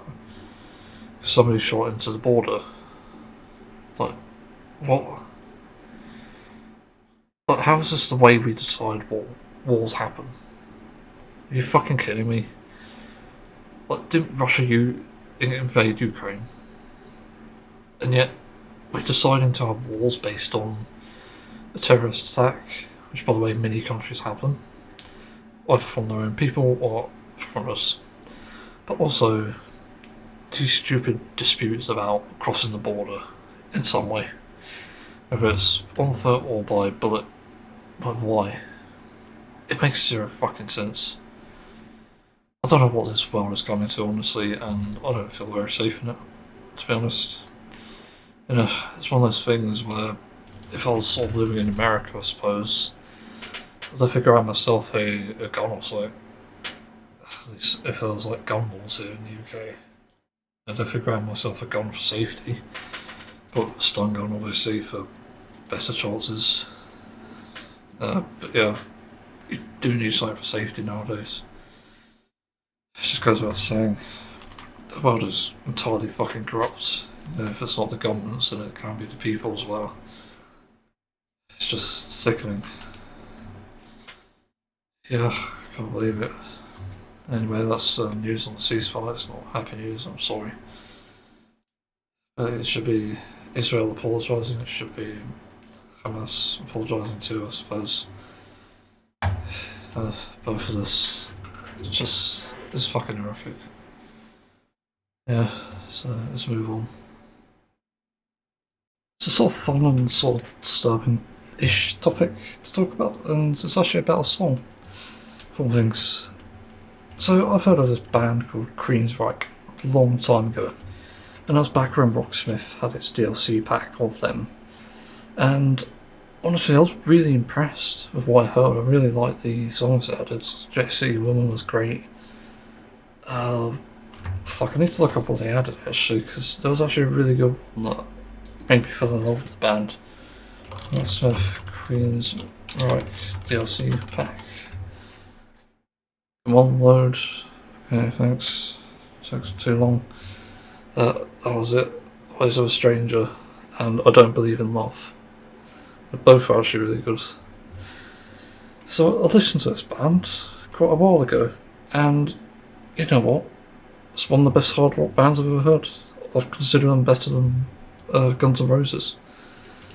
Even better than some others as well. They're definitely better than Poison and, in my opinion, Rat. Yeah, there's so many bands out there, and Queensryche were doing something different. They were not only politically and socially motivated, they also had really melodic music here. Like, it just worked. And that's exactly what I wanted in rock music, because I felt like that was sometimes lacking. It's just so interesting. But anyway, I listened to all this stuff, and I still think that the my favourite album is probably, is it The Art of Dying or is it Operation Mindcrime? Both are really good, so they're both listening to. But there is one song that's really relevant today, which I think is important to even take notes from, because this came out in 1988, which is fucking crazy. And I've heard of this up, like, President of America, 1998. No, 1988. It's Bill Clinton, 98. Ronald Reagan, yeah. So that makes sense. This is a Republican, I think, wasn't he? Yeah, I think so. What was it? Like, what? Why are they telling me what? Hello? Yeah, American Conservative. Yeah, there we go. Yeah, so, strangely enough, it's relevant. It's as relevant then as it is now. I think this part is definitely relevant now, and there's a song there called Revolution Calling, which I'm talking about. If I haven't mentioned that. But holy shit. It is powerful. I'm very surprised that not many people have heard the song, because it is very relevant now. That's scary relevant. Yeah, I looked at the lyrics and stuff, and it perfectly sort of reflects exactly what we're seeing now. So this stuff has been around for a while. There's corruption, and what America has basically become, but also the world in general. Yeah, they don't care who dies. They just want the lyrics, and basically telling us that the corruption is leading these governments and corporations to go to that point. it's a very interesting track, and I recommend people listen to it, even if you're not a hard rock person. It's literally a track about, obviously, forcing a revolution out of this hellscape that's being created. Yeah, it's especially relevant now, I've gotta say. No, I haven't really forgotten about the song, but I was a bit afraid to look it up because, some bands, it's a bit like me. They're not always the nicest people, nicest group. I don't know much about Queensryche, having said that, but if I had to say, for the most part, like based on the tracks I've heard, it's very much a progressive band from what I can tell. I could be wrong on that. Could be something I missed. It's pretty obvious, but who knows? Yeah, I felt like talking about that because it's surprisingly aged so well, and gone in 3 years it turns 30? No, hang on. It turns 40 years old in 3 years, which is fucking insane. Jesus Christ.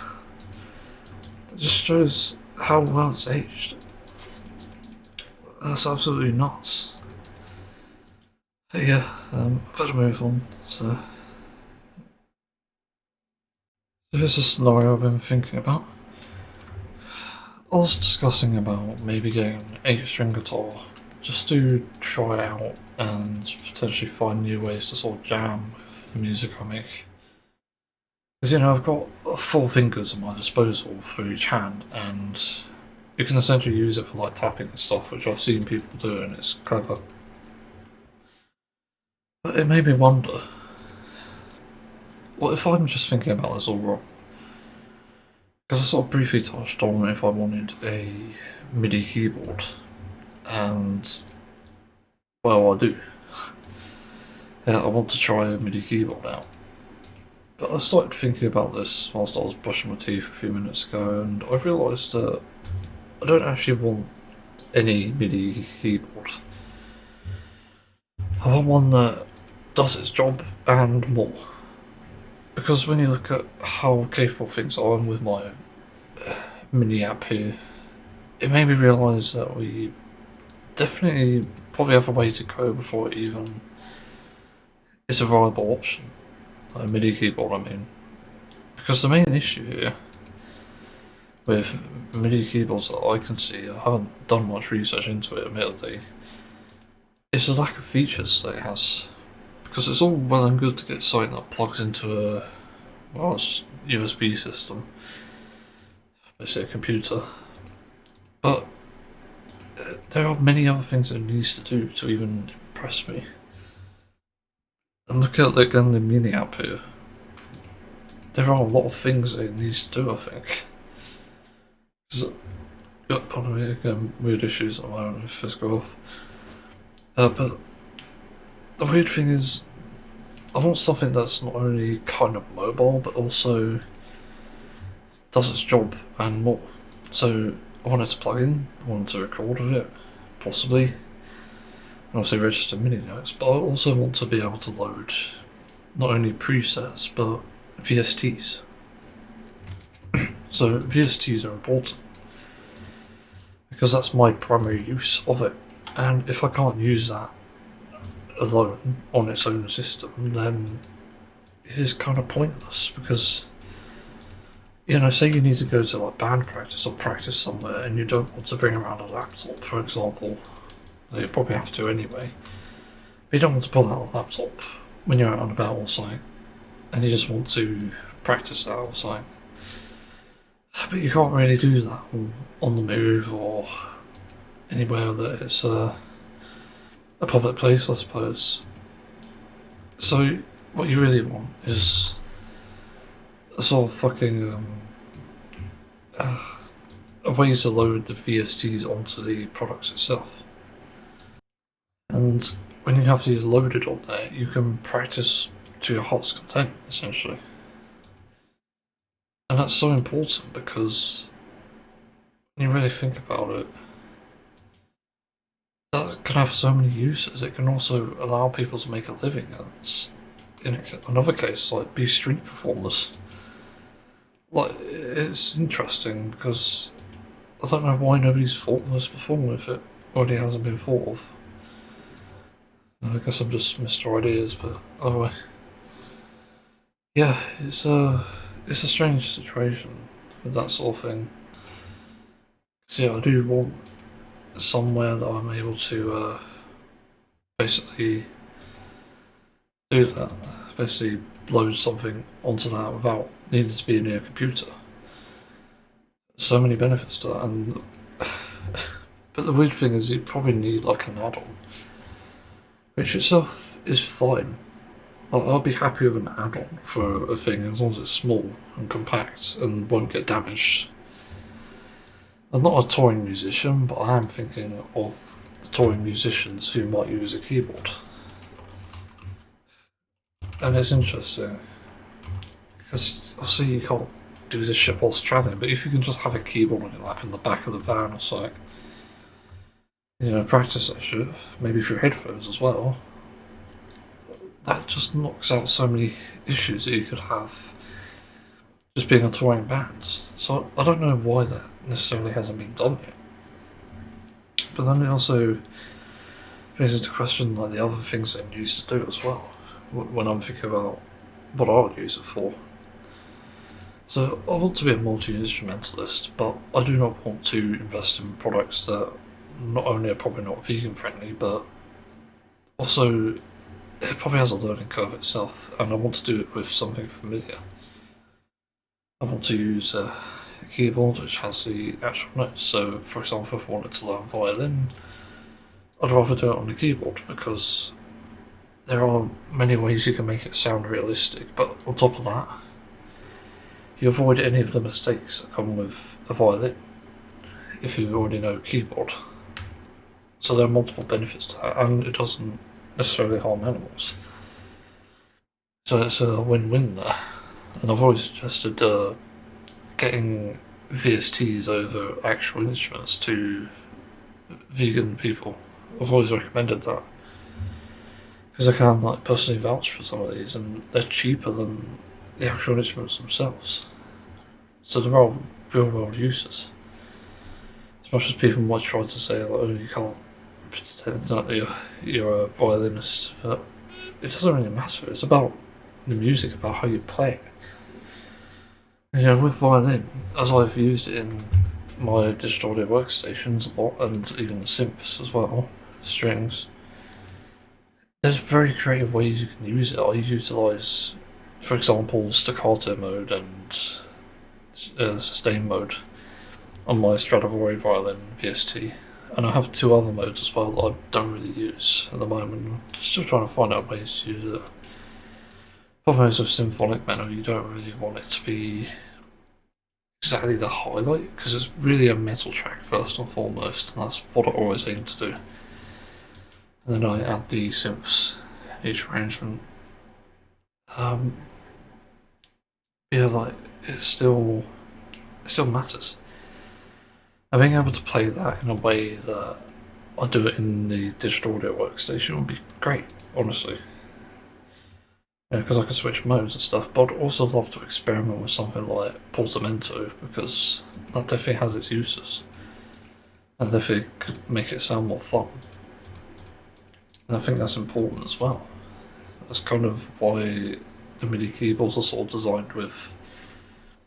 Well, actually, it's more like the VSTs are designed with the MIDI keyboards in sort of idea, I guess, in purpose.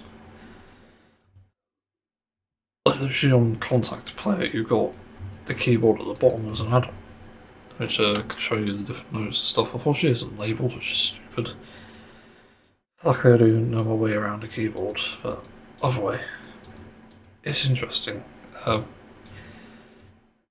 As for other features, I don't know how much there is, but I would like something like a programmable key thing to do like drums, because that'd be really handy too. Again, multi-instrumentalist, and again, it avoids a lot of the issues that I was brought up earlier. So it'd be good to have something like that, but also pitch bends and another sort of controller thing you can assign probably, and I think being able to change the octaves and stuff would be handy. Because you definitely need to do that to a certain extent. I'm not sure how big a keyboard needs to be. There's like 7 white notes, so every 7 white notes you need what 14. You need to times that by 10 basically. So you need 70 white keys and obviously 50 black keys to even make it work. So I don't know if you can get a full range one. You probably only need up to like C8, especially for the type of music I make. So you probably only need about, oh god, math, 56 keys, is it? Yeah, I think it's 56 keys. That's not bad actually, 56 white keys. I mean, I'm not going to bother doing the black keys, Jesus. Wait, isn't that already a band? Anyway. Yeah, so MIDI keyboard looks like an ideal scenario for me in terms of the next instrument I want to learn. Because on top of that, I want to learn drums really badly, more so than the synths. I think the drums are more important because I feel like I'm lacking in that area. And it would be great to just program in some drums and listen to a track and then suddenly start to make these drum tracks, like pushing all the buttons I need to. Well, I don't know exactly what I'll do though, but I'll find a way, I think. And, you know, if I could play it more realistically as well, that'd help. And fun fact about me actually, the first ever technically instrument, but technically not, ever played was actually in school, and I have another story after this as well, sort of related. I think I played a trumpet, and I fucking sucked at it. I just remember trying to read and thinking like, I don't know if I want to touch that. Because I think somebody might have obviously sucked on it and stuff, you know. I definitely saw some tune marks, but apparently they wash it at the end, so I think I tried it and I didn't really like it. And then I tried keyboard and then I got on with that better. I actually learned a track from that. Really enough, my earliest example, I don't know how I've completely forgotten about that. I say guitar is my first instrument, but then I did try and play keyboard once. I mean once, for real. It's so weird. Well, I'm not sure. Anyway. Yeah, interesting scenarios, I guess. I don't really know. But yeah, those are the only two I tried at that point. And also, I think I tried an electric guitar, but then we move on to an interesting part where I was basically going to a friend's house for dinner one day, and you know, it was kind of weird friends to be honest. You know, I don't think I've ever had normal friends in my life. They've never been sort of like a polite family like mine is or anything. Just good, I suppose. Good exposure, but either way, I was around theirs and they had a game on there on the Xbox 360. I think it was. I'm pretty sure it was anyway. And it was Guitar Hero. Believe it or not. And you might think, like, oh, did you play guitar? Nope. I played the drum set. And it was actually really fun.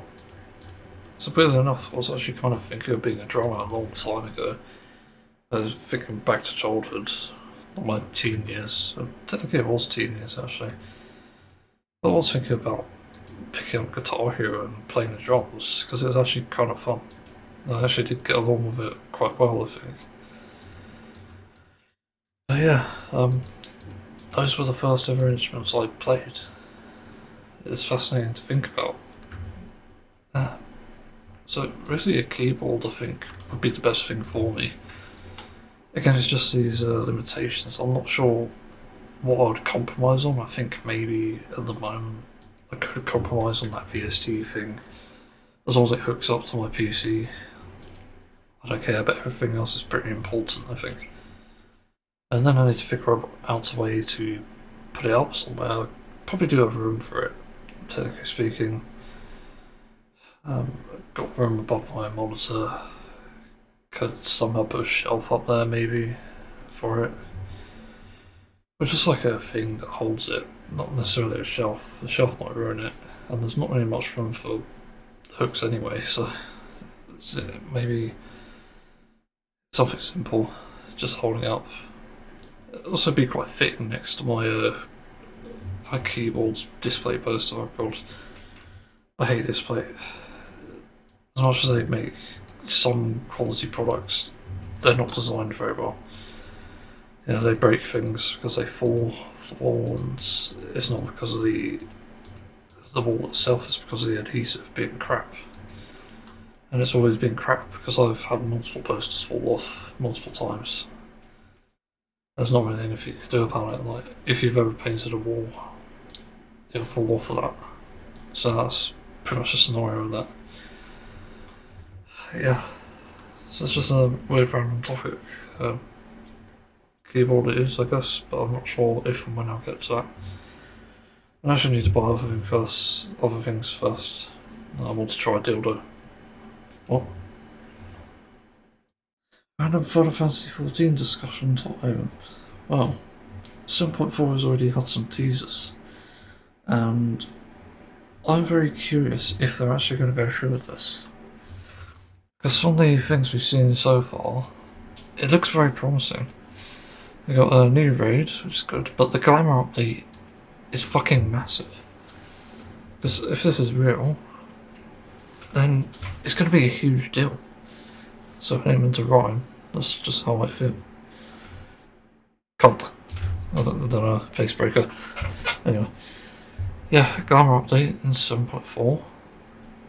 Use any gear in your glamours, irrespective of class, job or level restrictions. So, that means you can put on, like, white mage gear on your fucking tank. Like, it's absolutely crazy. Jesus Christ. But that also, this is one of the things I put in the feedback from, the feedback suggestion thing. I said when I made my glamour set, I'm not sure if anyone's watching this, but I'll try and find it. Yeah. So I made a glamour set a while ago, and it was this. I made this for Dark Knight, and maybe not keep the visor, I'm not sure actually. You can't sort of see my eyes, but the idea was this looked cool as fuck. I looked like some sort of cyber Dark Knight or something. It's really cool. And it's only really the head that I couldn't find a replacement for. So adding this is such a good thing, because it means I can now customise my classes with whatever gear I want. Now Blue Mage can use something from Red Mage or something, Paladin could use something from Dark Knight maybe, and I'm trying to think what else there is. Maybe Bard could use something from another class, that sort of thing. It's just objectively a great thing, a great change, because you're already quite restricted with all the gear that you have in terms of glamour. So changing that is honestly fucking huge. That's absolutely nuts. And then apparently this just comes out on Tuesday, December 16th. What? Oh, okay. Yeah, apparently they're releasing another raid tier, which is good. I was getting a bit bored of Cruiserweight. They're releasing new tonestones of Minimax, so probably more powerful gear now, so you can farm content easier. A new craft gear, not fussed. Yeah, it looks like quite good, and there's a summary here, I didn't realise this. MSQ, yep. Unreal Tsuka no Yomi, okay. I do remember this one actually. Tsuka no Yomi is that one with the fans. I remember her.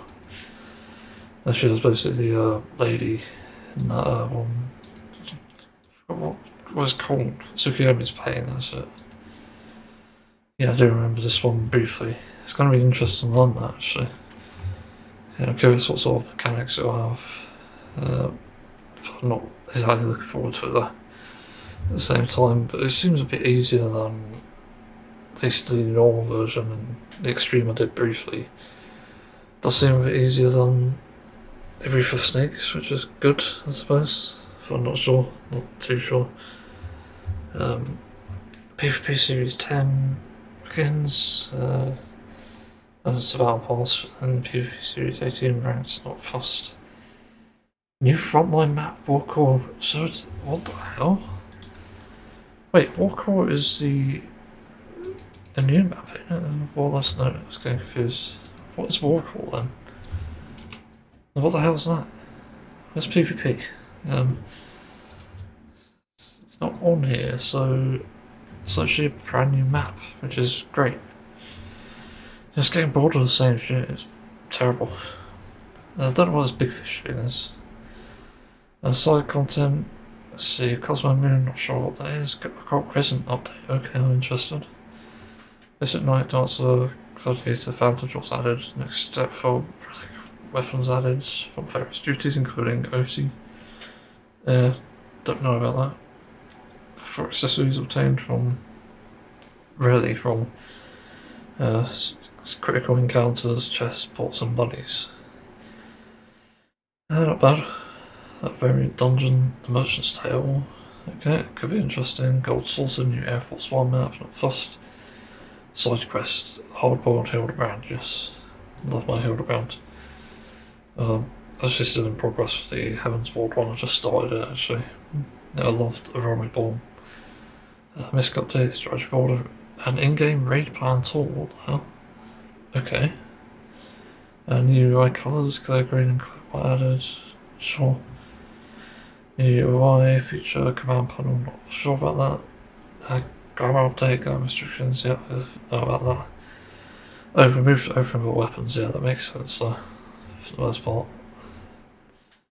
And then there's confirmed 7.5 content, which is interesting. Beastmaster, a 6th Ultimate Raid, a fourth Cosmo planet. I'm not even doing the Cosmo stuff, I'm not fussed really.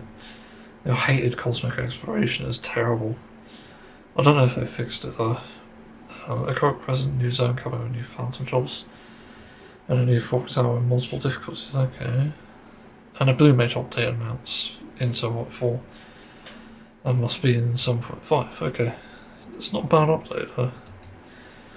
And even though half the stuff doesn't really appeal to me, it's still good. And I know there's a Fall Guys update thing return coming next week, I think. But overall, it seems good. I will say that if there are more of these sort of changes that can be made, then it literally can turn the game into something that I'm kind of mixed about, into something that I love, because at the moment it's got still many issues. I've already talked about this before, but the leveling thing I consider a grind, to be honest. And the fact that roulette isn't specifically putting you with or in content that's related to your level. Even with like 10 levels, it doesn't work. Like limited leveling roulette doesn't work unless you're in a group. Just stupid. There are class balances that need to be made. There's even like old content that needs to be rebalanced, because oh shit, some of it you can't even solo, even though it is technically soloable. It's just because it needs a group, which is annoying. Let's use an example. There's the Burden of the Father, I think it is.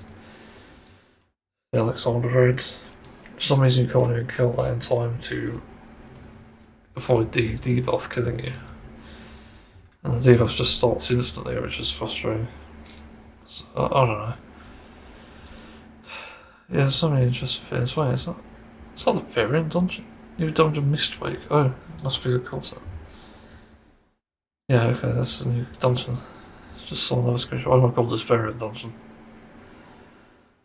It looks cartoony as fuck, but also really cool. You know, it reminds me of Greece. Honestly, that's impressive. Yeah, I'm definitely going to check that out. Yeah, variant dungeons aren't my thing, but maybe that'll pull me in. It's just relevant as well. Yeah, still, there's many changes that need to be made to make me feel more comfortable in the game. Because at the moment, the way it currently stands, I might even just give up on some of the goals I have, like relic weapons. I might take a break and play other games. But that's the problem here. I don't understand why this legacy content takes so long to do.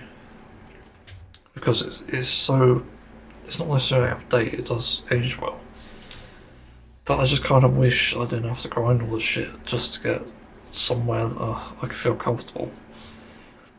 There's like no skip options or anything, so it just feels really frustrating. And say I want a relic, what the fuck am I saying? A relic weapon from Stormblood, from Eureka. Apparently, in order to get them out, I have to grind it out to shit. So I don't look forward to that, and I don't know if I'd ever want to do it. Because I already know it's going to be a grind, because people say it's a grind. So I'm not incentivized to even bother with it. So this content is not only unappealing, it's irrelevant, because I'll just look elsewhere for a solution. For my relic weapons, I'll look to maybe just normal weapons, or just another type of relic weapon that's within the range of being doable. Jesus Christ, some of these decisions are completely baffling. You know, I'd rebalance Wondrous Tales, for example, and make it 10 tiles instead of 9. This way, people have a chance to get the things they want without having to do fucking throw hollows. There's a higher chance of that. At the moment, it's not very generous, so that sucks. And faux hollows as well is not generous either. Yeah, given the amount of work you have to do to basically even get fucking clear to begin with. Like, it took me a few hours, apparently it was really good progress, but I don't know. I'm somewhat experienced at the game now, so I do know what to do now. But I just rather not do that sort of content. It doesn't really interest me. I said I'd like to try the Tsukiyomi one. But it's only because I know the fight anyway. I know what to do in that for the most part. So I have no idea. There's still a long way to go to balance this game out. You know, I'd also remove some gauges from Black Mage, so it's more accessible sort of thing. Yeah, I just want to talk about this in the podcast because yeah, this could age poorly or it could age well. You never know. And the point is when I want to enjoy a game, unfortunately it needs to do a lot more to impress me. It needs to do a lot more to drag me in. Because at this rate, I'd rather be playing Team Fortress 2. Because, truthfully speaking, I am sort of getting bored and getting burnt out. And then when I leave the game for even a bit, suddenly I come back and there's too much to do again. So I get burnt out again. This cycle is absolutely fucking devastating to the player base. And you know, the players will be fucking complaining about me saying this now. Saying that, well, you know what you signed up for. Or saying, well, no, you're going to ruin the game for us then. That's not the fucking point. There are plenty of things to do in the game, and if you're choosing not to do some, and you're saying the game is too short, that's your problem. But I'm not saying the game is too short.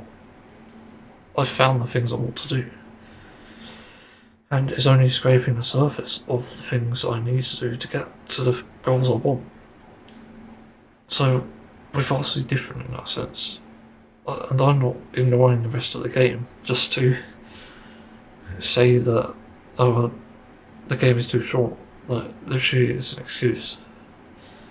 That's my biggest problem with this player base. Because it is a grind, and there is a place for a grindy game like this. The problem is I don't have the time in the world to, or even the will, to actually go through with grinding it all out. Just to get a fucking relic weapon or a fucking piece of armour. Even a mount. Like, are you kidding me? And I want to be done, not done and gone by the end of the fucking day, not just grind this shit out. And I don't want to skip a story either. And then you look at what else there is to do. Oh look, side quests. They're covering all your fucking markers. So, what do you expect? You know, you're choosing to ignore this content for the sake of complaining. And then I'm choosing to do the content, not for the sake of complaining, but for finding content that I'll enjoy doing. And at the moment it's so limited. I don't want to do a static raid, I don't want to do an ultimate raid. An Unreal Trial is the highest I've ever gotten, and ever will. Because I'm just so fucking frustrated with it. I've even done P8S, which is the hardest content I've ever done. It's not really hard, but it's just like relying on players. It's the annoying thing, really. It took me 4 hours or so to grasp mechanics on that. But for some reason it's impossible with certain players. But I never want to do that sort of content. It's just made to frustrate you and give you a sense of, I don't know, like false hope maybe. And you feel like you're getting progress, but you're not, because players are not doing the basic mechanics. And these are pretty basic in my opinion, like Jesus Christ. Like, you're not standing in like a orange zone where there's like a pixel of something you have to stand in just to survive. Now that I consider hard. But that's not the situation we're in. So really, players need to just start to understand that the game is actually fine. Like, it's fine depending on what you do. But my problem is it's too grindy, and then people are saying it's too short. But what the fuck are you doing? And how long have you even been playing for? It just makes no sense. So frankly, I don't understand why people are still playing this if they're complaining that it's too short, when they're purposely avoiding things. It makes no sense. And I'm tired of it. I just wish that the game was shorter so that someone like me can have the chance, or even just, like, I wouldn't be opposed to it, but even adding it to the fucking store. Adding these items, adding the maps. Like a sort of cheaty way, but in a cheaper way, I guess. Like, it could vary. Like, people definitely have an appeal for grinding themselves, but having it on the store maybe reduces that. Yeah, it's one of the few games I can justify microtransactions in. It's huge. Time doesn't. Sorry about that. Time doesn't always equate to enjoyment, which is one of the hard lessons I learned. It came from games like The Witcher 3 and Team Fortress 2 and Overwatch, and use another single player game example, but actually I don't know. I've mainly played multiplayer games, having said that. The Witcher 3 is like the first one that comes to mind. People can't take a normal multiplayer. Yeah, there's just a lot going on. Demon Eternal's great, yeah. But I want to play other games. I'm tired of this. I don't want to be playing Final Fantasy XIV all the time anymore. It's getting frustrating and boring. Look at my list of games to play, like in strong consideration games, which I've listed. Yeah, I've got Aircon, BPM, Deep Rock Galactic Survivor, The Entropy Center, Final Fantasy VII Remake. I've never played Final Fantasy games other than 14 and 15.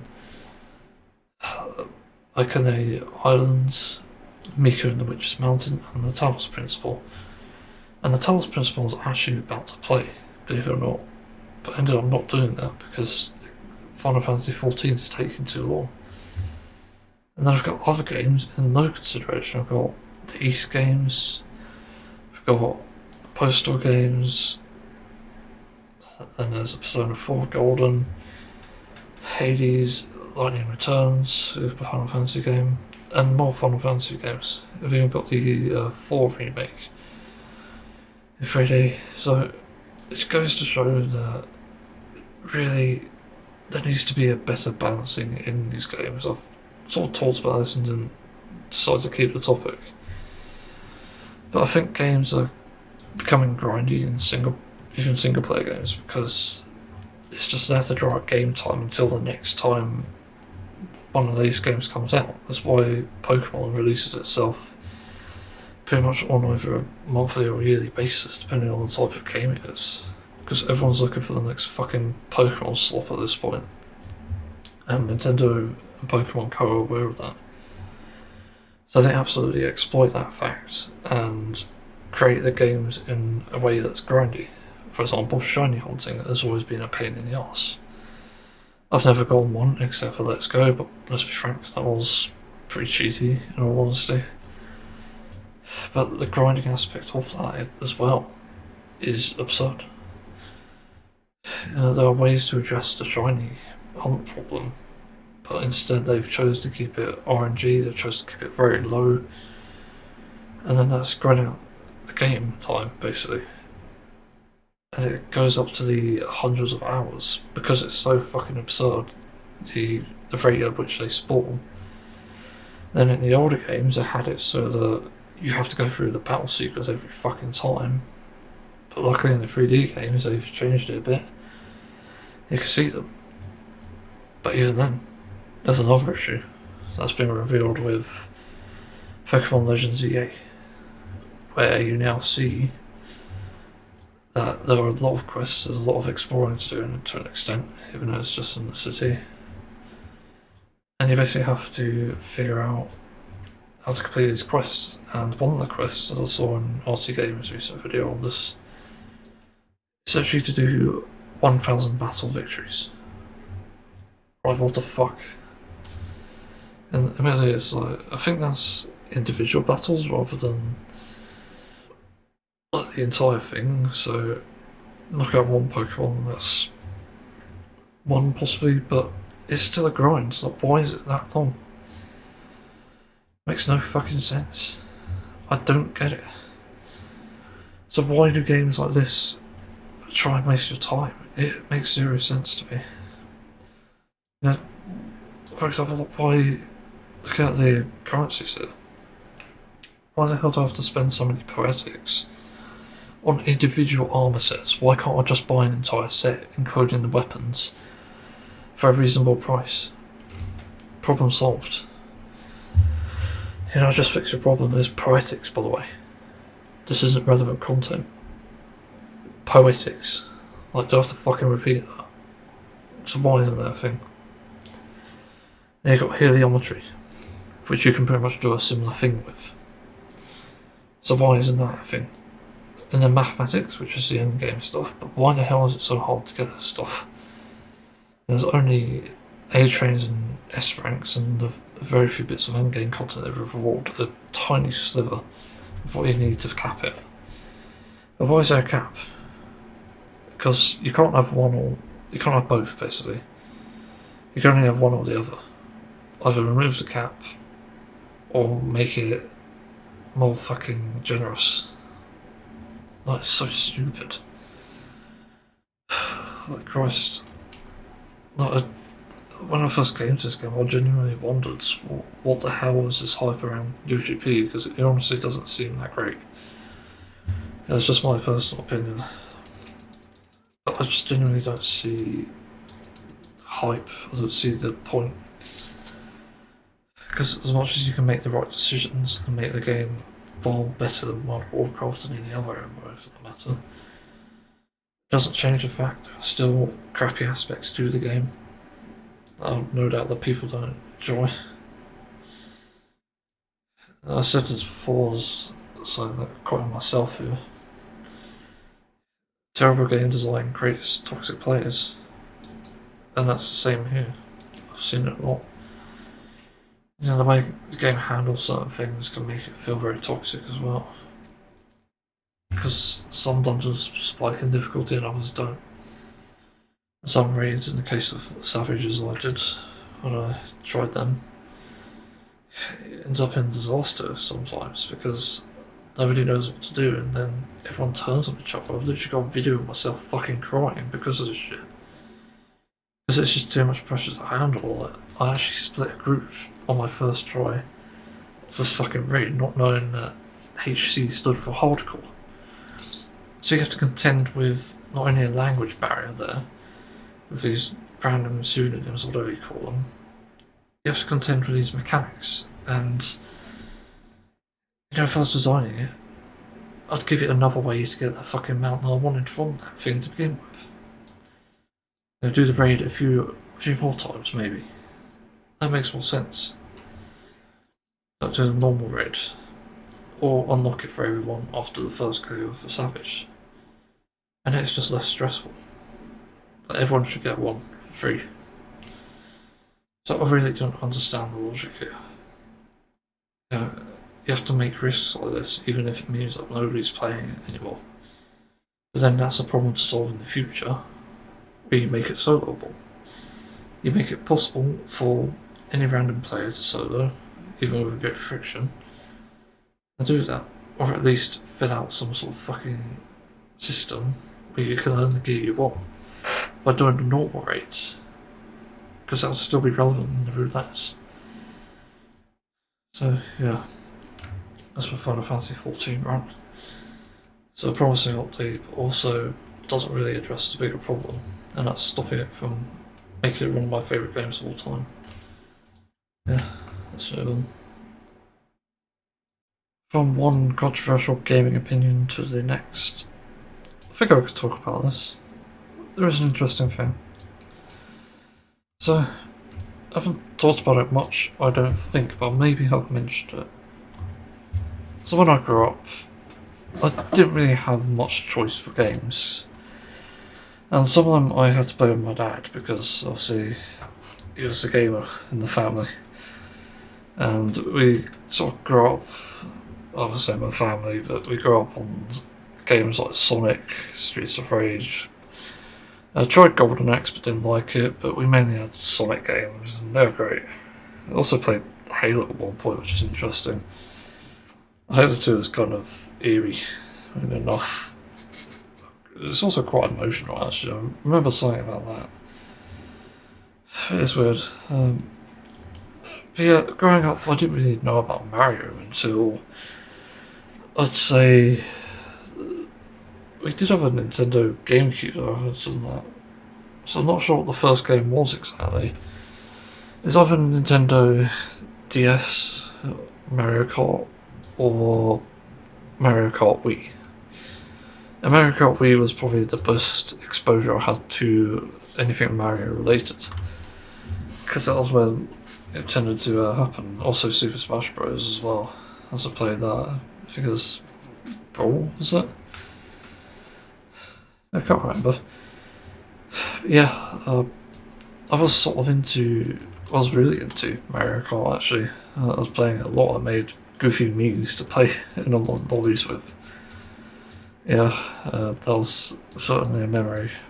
And we actually ordered a 100% save file off eBay, I remember. Not my dad's, but my mum's actually. It's interesting.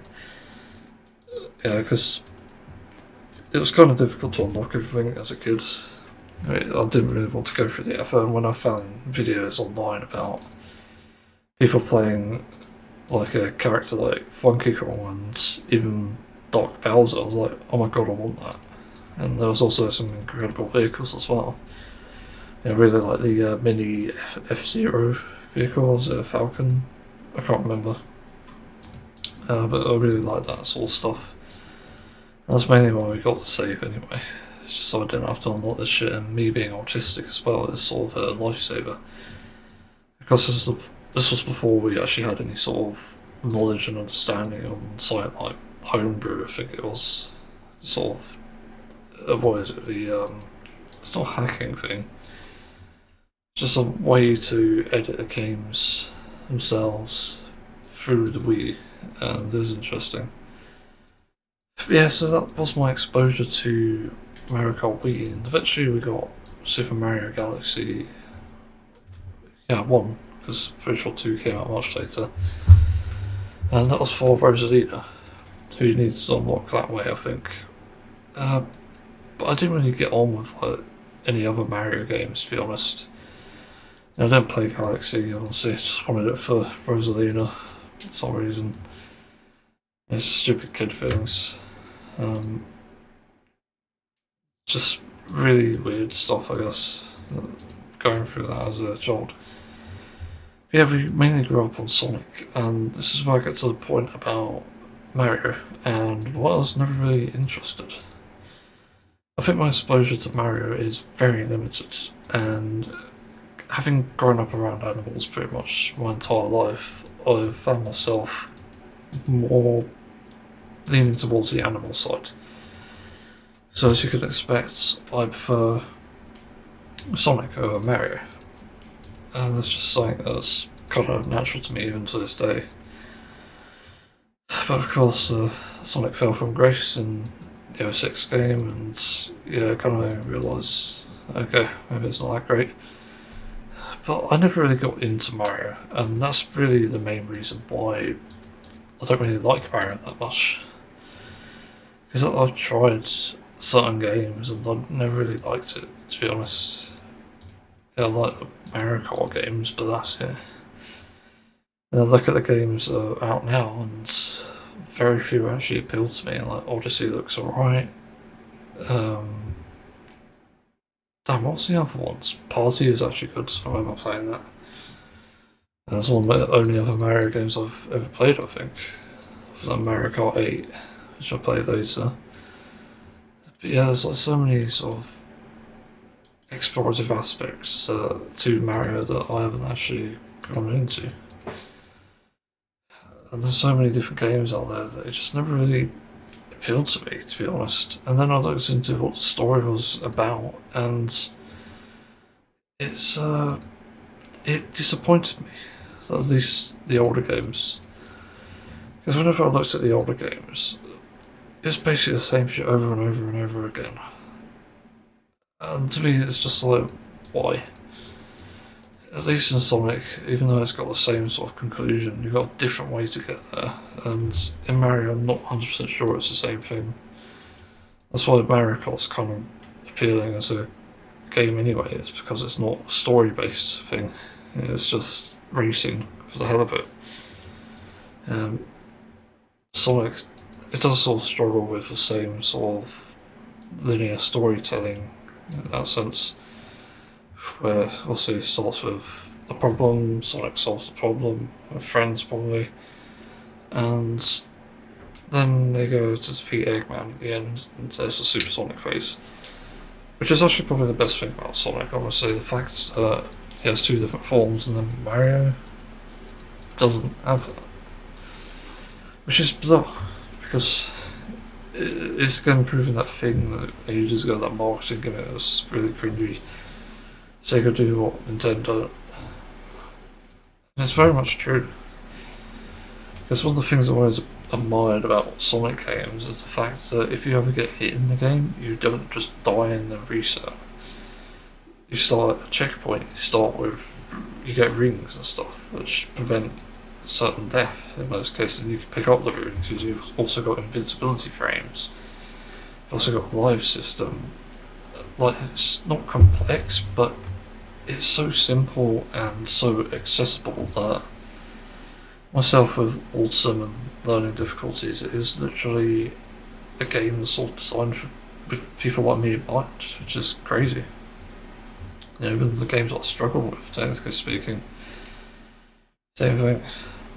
That's why I've always sort of admired the Sonic games. They're always trying to, I guess, reinvent the wheel in some areas. A lot of the games are unique. Sonic 1, it's just basic, but it really set the groundwork. And Sonic 2, you got Tails as a companion, which was, again, not really seen before, as far as I know. And then Sonic 3, you got multiple choice characters to play with, which is just insane, but you also had a complex story, and then you had a fucking DLC with the and Knuckles cartridge. And it's pretty insane. And there's also some spin-offs with Sonic as well, like the Dr. Robotnik's egg machine? I think it was named something else, I can't remember what it was. It's like a sort of match 3 and match 4 sort of thing. A bit like Tetris, I suppose. Yeah, it was interesting. And even past that generation, Sonic was always just reinventing stuff, basically. Because we go into the 3D area and it was basically a rough transition, but it worked. It had decent voice acting, and it had a pretty decent story as well, and also just decent levels and graphics considering the time. Yeah, awkward, but definitely a product of that time, and it works. And it also had this interesting end game with these missions, which admittedly I didn't like, but it definitely appeals to some. But just because it doesn't appeal to me, it doesn't mean it doesn't appeal to others. And the fact you can play multiple different characters in that is also great, and they had different gameplay. Sonic himself is really fun, but then we get into what's this? Someone in the chat doing something weird and Final Fantasy XIV anyway. Like Tails was basically racing against Sonic in his story and had one pretty epic boss fight. One that sort of suited him, and he's adorable by the way. Knuckles' treasure hunt, which was fucking amazing. I love Knuckles levels. They're always so unique. That's probably one of my favourite parts of the adventure games actually, and I sort of miss that. Yeah, it's unique. I don't think people really hated it, and I definitely didn't hate it. I just hated when you couldn't find the fucking emeralds, even with the hints. So there's obviously great aspects to that. And then you got Amy, who wasn't as good in my opinion. She's just running away basically, and it's kind of creepy as fuck. It didn't age well, admittedly. It's a robot rather than a whatever, but it wasn't her being chased, it was actually the birdie. I remember. And then you get Bigger Cat. No. And then you get Eve 102 Omega. And yeah, I really liked the Eve 102 actually. It's really fun, those levels. It's a shame it's so short. It also had a really sad ending, which I remember quite well because fucking hell. Yeah, I hated doing that music. There's also a lot of sad moments in Sonic Adventure 1. Yeah, it basically set the groundwork for sort of flashing behind the ground for something different, something new. Unfortunately, Sonic Adventure 2 didn't really expand on that. It just sort of, I guess, regressed in that sense. It had more interesting boss battles, but it did end up sort of going this more linear route with things. Knuckles still treasure hunting, but you had the mechs and you had the racing even. That was a nice gimmick actually.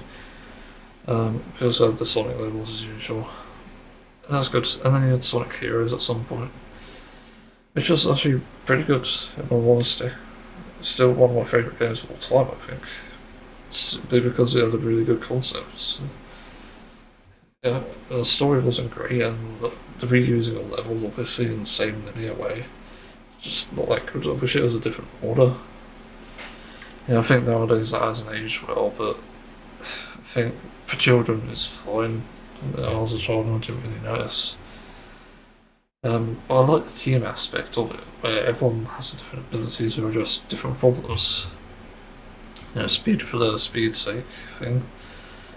Power to obviously deal with really sort of strong stuff, really destructive stuff that matter, even shields, which is interesting as a later gimmick. And fly to deal with airborne stuff and airborne targets, like flying over things. There's so many interesting aspects like that. And the Team Rose team, what the fuck? Their team was different in gameplay.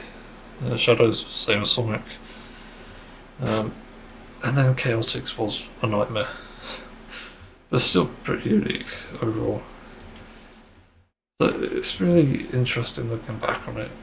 How Sonic basically reinvented a lot of stuff, and then at some point they transitioned into the let's say PS2 era, but it doesn't sound right. Maybe PS3 era. And just come out and they started with Sonic 06 and stuff, which sucked. But they also came out with another unique game, which I actually didn't like, but I really appreciated the idea, which they've reintroduced with cross bounce, thankfully. I was quite happy about that. Sonic Racing transforms. No, it's just Sonic and Saber All Stars Racing. It's basically the Super Smash Bros. The original one, believe it or not. A lot more people know this for some reason. But it's basically the original Super Smash Bros. Of racing. he introduced Sega characters and Sega levels, which is really fun. And I'm not gonna lie, that was great. And they've sort of reintroduced that with Sonic Crossworlds, which I won't go into. So I've already talked about that, and it looks great so far. But then later on, they do Sonic and Sega All Stars Racing Transformed, which is basically, I forgot about Sonic Riders. Sonic Riders kind of sucked, but it's different at least. Didn't like it, and didn't like some of the Wii games, but Sega All Stars Racing and Transformed. Yeah, Transformed was really unique. I liked the idea, but I hated the execution. You know, the racing game still sucked compared to Mario Kart Wii, which is one of the few times, I guess, it failed to do anything better than Nintendo did. That disappointed me a lot even back in the day, even though I was trying my best to fucking play the game, I couldn't get on with it. Yeah, I just kept on sucking at it and I couldn't really figure out why, and then I played it again only a few years ago actually, in 2022 I think. And I hated the fucking game to its core. It sucked. You couldn't grasp the controls, you couldn't find the right setup for anything. It was just garbage. But at least the idea was good. That's the only problem. It's unplayable but with a good idea. It was sad though. But anyway, since then, Sonic hasn't really changed at all, to my knowledge. It tried something with those smiles with like this sort of Sonic Heroes-like aspect. Not Sonic Lost World. Sonic Lost World was different actually. It was like a 3D cylinder platformer thing. But Sonic Boom was awful. I only remember everyone saying the games were awful back then, and it probably still is. Like Christ, the team aspect and the downgrading in the versions is just so bad. And eventually it moved on. There were things like Sonic Colors, which was okay. Like again, it's trying to find these gimmicks, and they do sort of work at times. But I don't think Colors was great. I thought it was good, but not great. Sonic Boom, yeah, crappy. Just Sonic Heroes, but with worse gameplay, I think. That's basically what it was. And after that, what was that? What happened after? I get the feeling they took a break, and then it was Sonic Forces. They also had the DS games, which they did an adventure one, Sonic Rush and Sonic and the Dark Brotherhood. I don't know if Sonic was done with the hood, but anyway. It's interesting. I didn't really get on with the DS games. I couldn't focus. Yeah, the Sonic Battle as well, which is basically a fighter. Like Sonic's been fucking everywhere at this point, except for rhythm games, which I've noticed they haven't done. Yeah, I don't really remember much else besides the what was it, Sonic Boom. So I think it was Sonic Forces next, or something like that. I think there was maybe a game before that, and both were kind of meh, but you had an OC in Sonic Forces. I never played it, just saw gameplay and playthroughs, I saw a review of it. Yeah, it's not great. But then they stayed silent. They did Team Sonic Racing, they tried to reboot the racing aspects, but with teams, and then it sucked. No surprise. Like Christ. Well, it's not surprising that it just failed. It's not a very good idea. And then they brought out Sonic Frontiers, which was actually really interesting. Because believe it or not, even though I have tons of criticisms about the game itself, one thing that I fucking adored about it, and again really admired, was the fact they're willing to try something new with Sonic, not just the fact that it's an open world, which admittedly we've seen, but the fact Sonic is really fast and there are like combo moves and stuff. I think that's really interesting. I did like the movement in this game as well. It felt so satisfying, just running through the world at the speed of sound almost. Yeah, it would be cool if you could actually, but it's quite ambitious in that sense, but it wasn't anywhere else. Unfortunately, graphics failed. Still has the floating railing problem, which honestly is stupid as fuck. It doesn't look normal. It doesn't look like an open world I want to be in.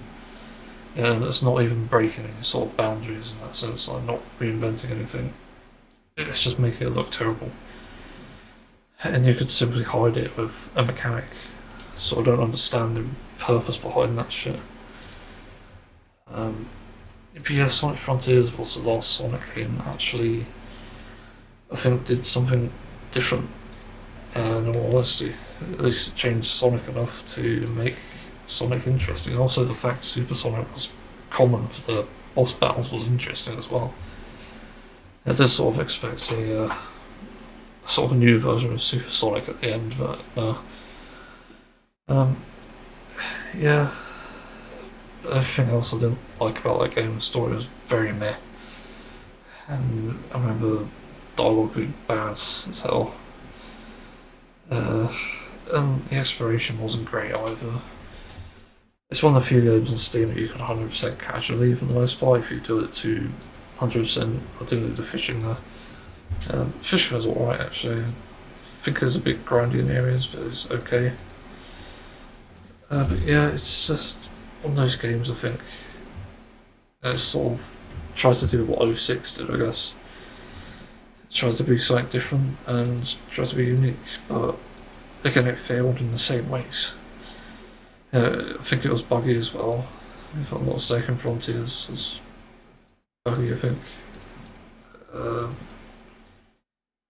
Yeah, but at least the gameplay was good for Frontiers, and that's something really. It's something that couldn't be said for some of the other games, unfortunately. Yeah, that's sort of my history and noticing things, or I don't know what you call it actually.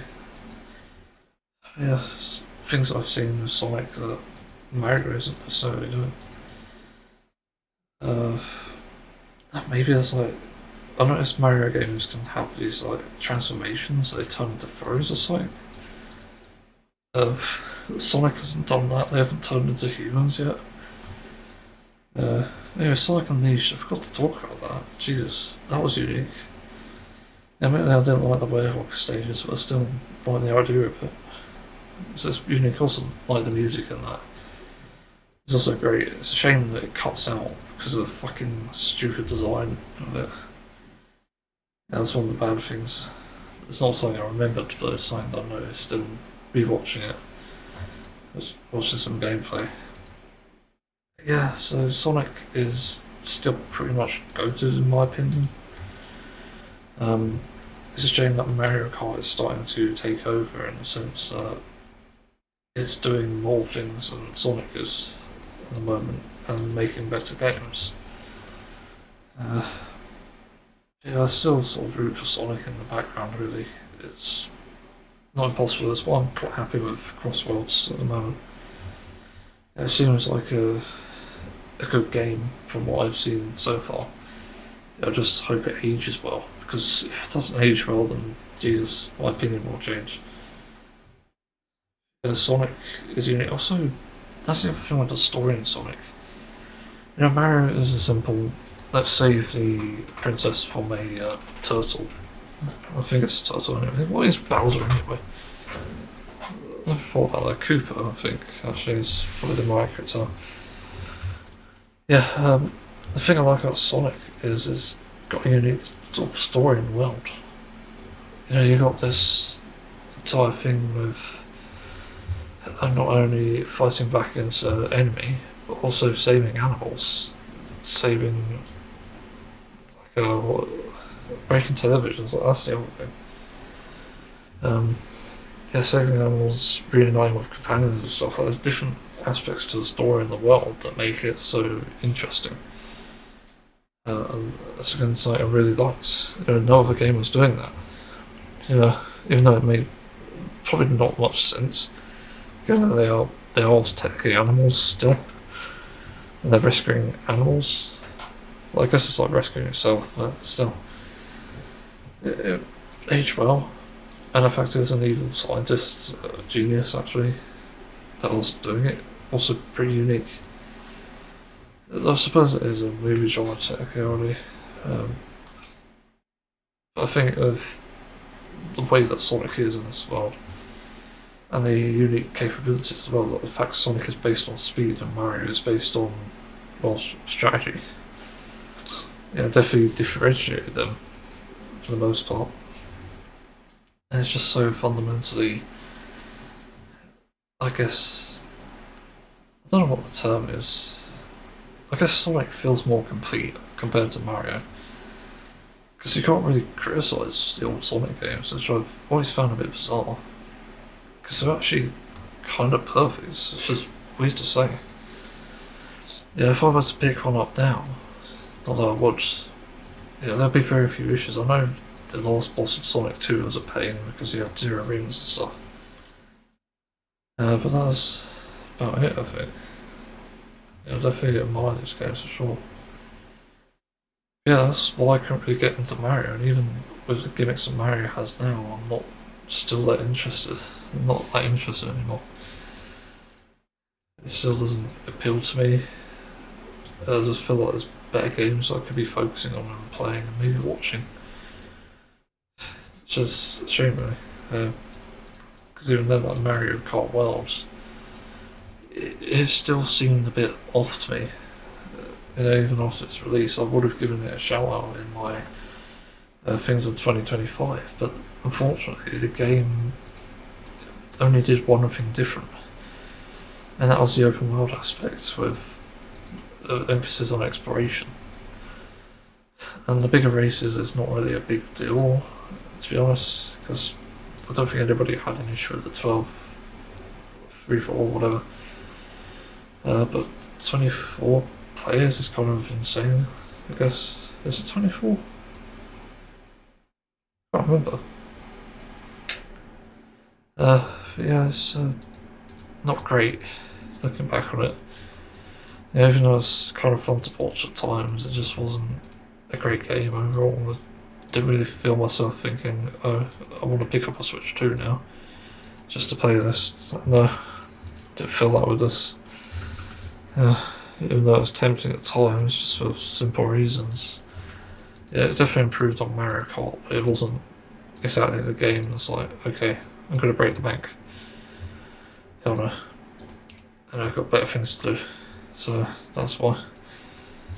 Yeah, I think I've said enough and talked enough now, but let's move on.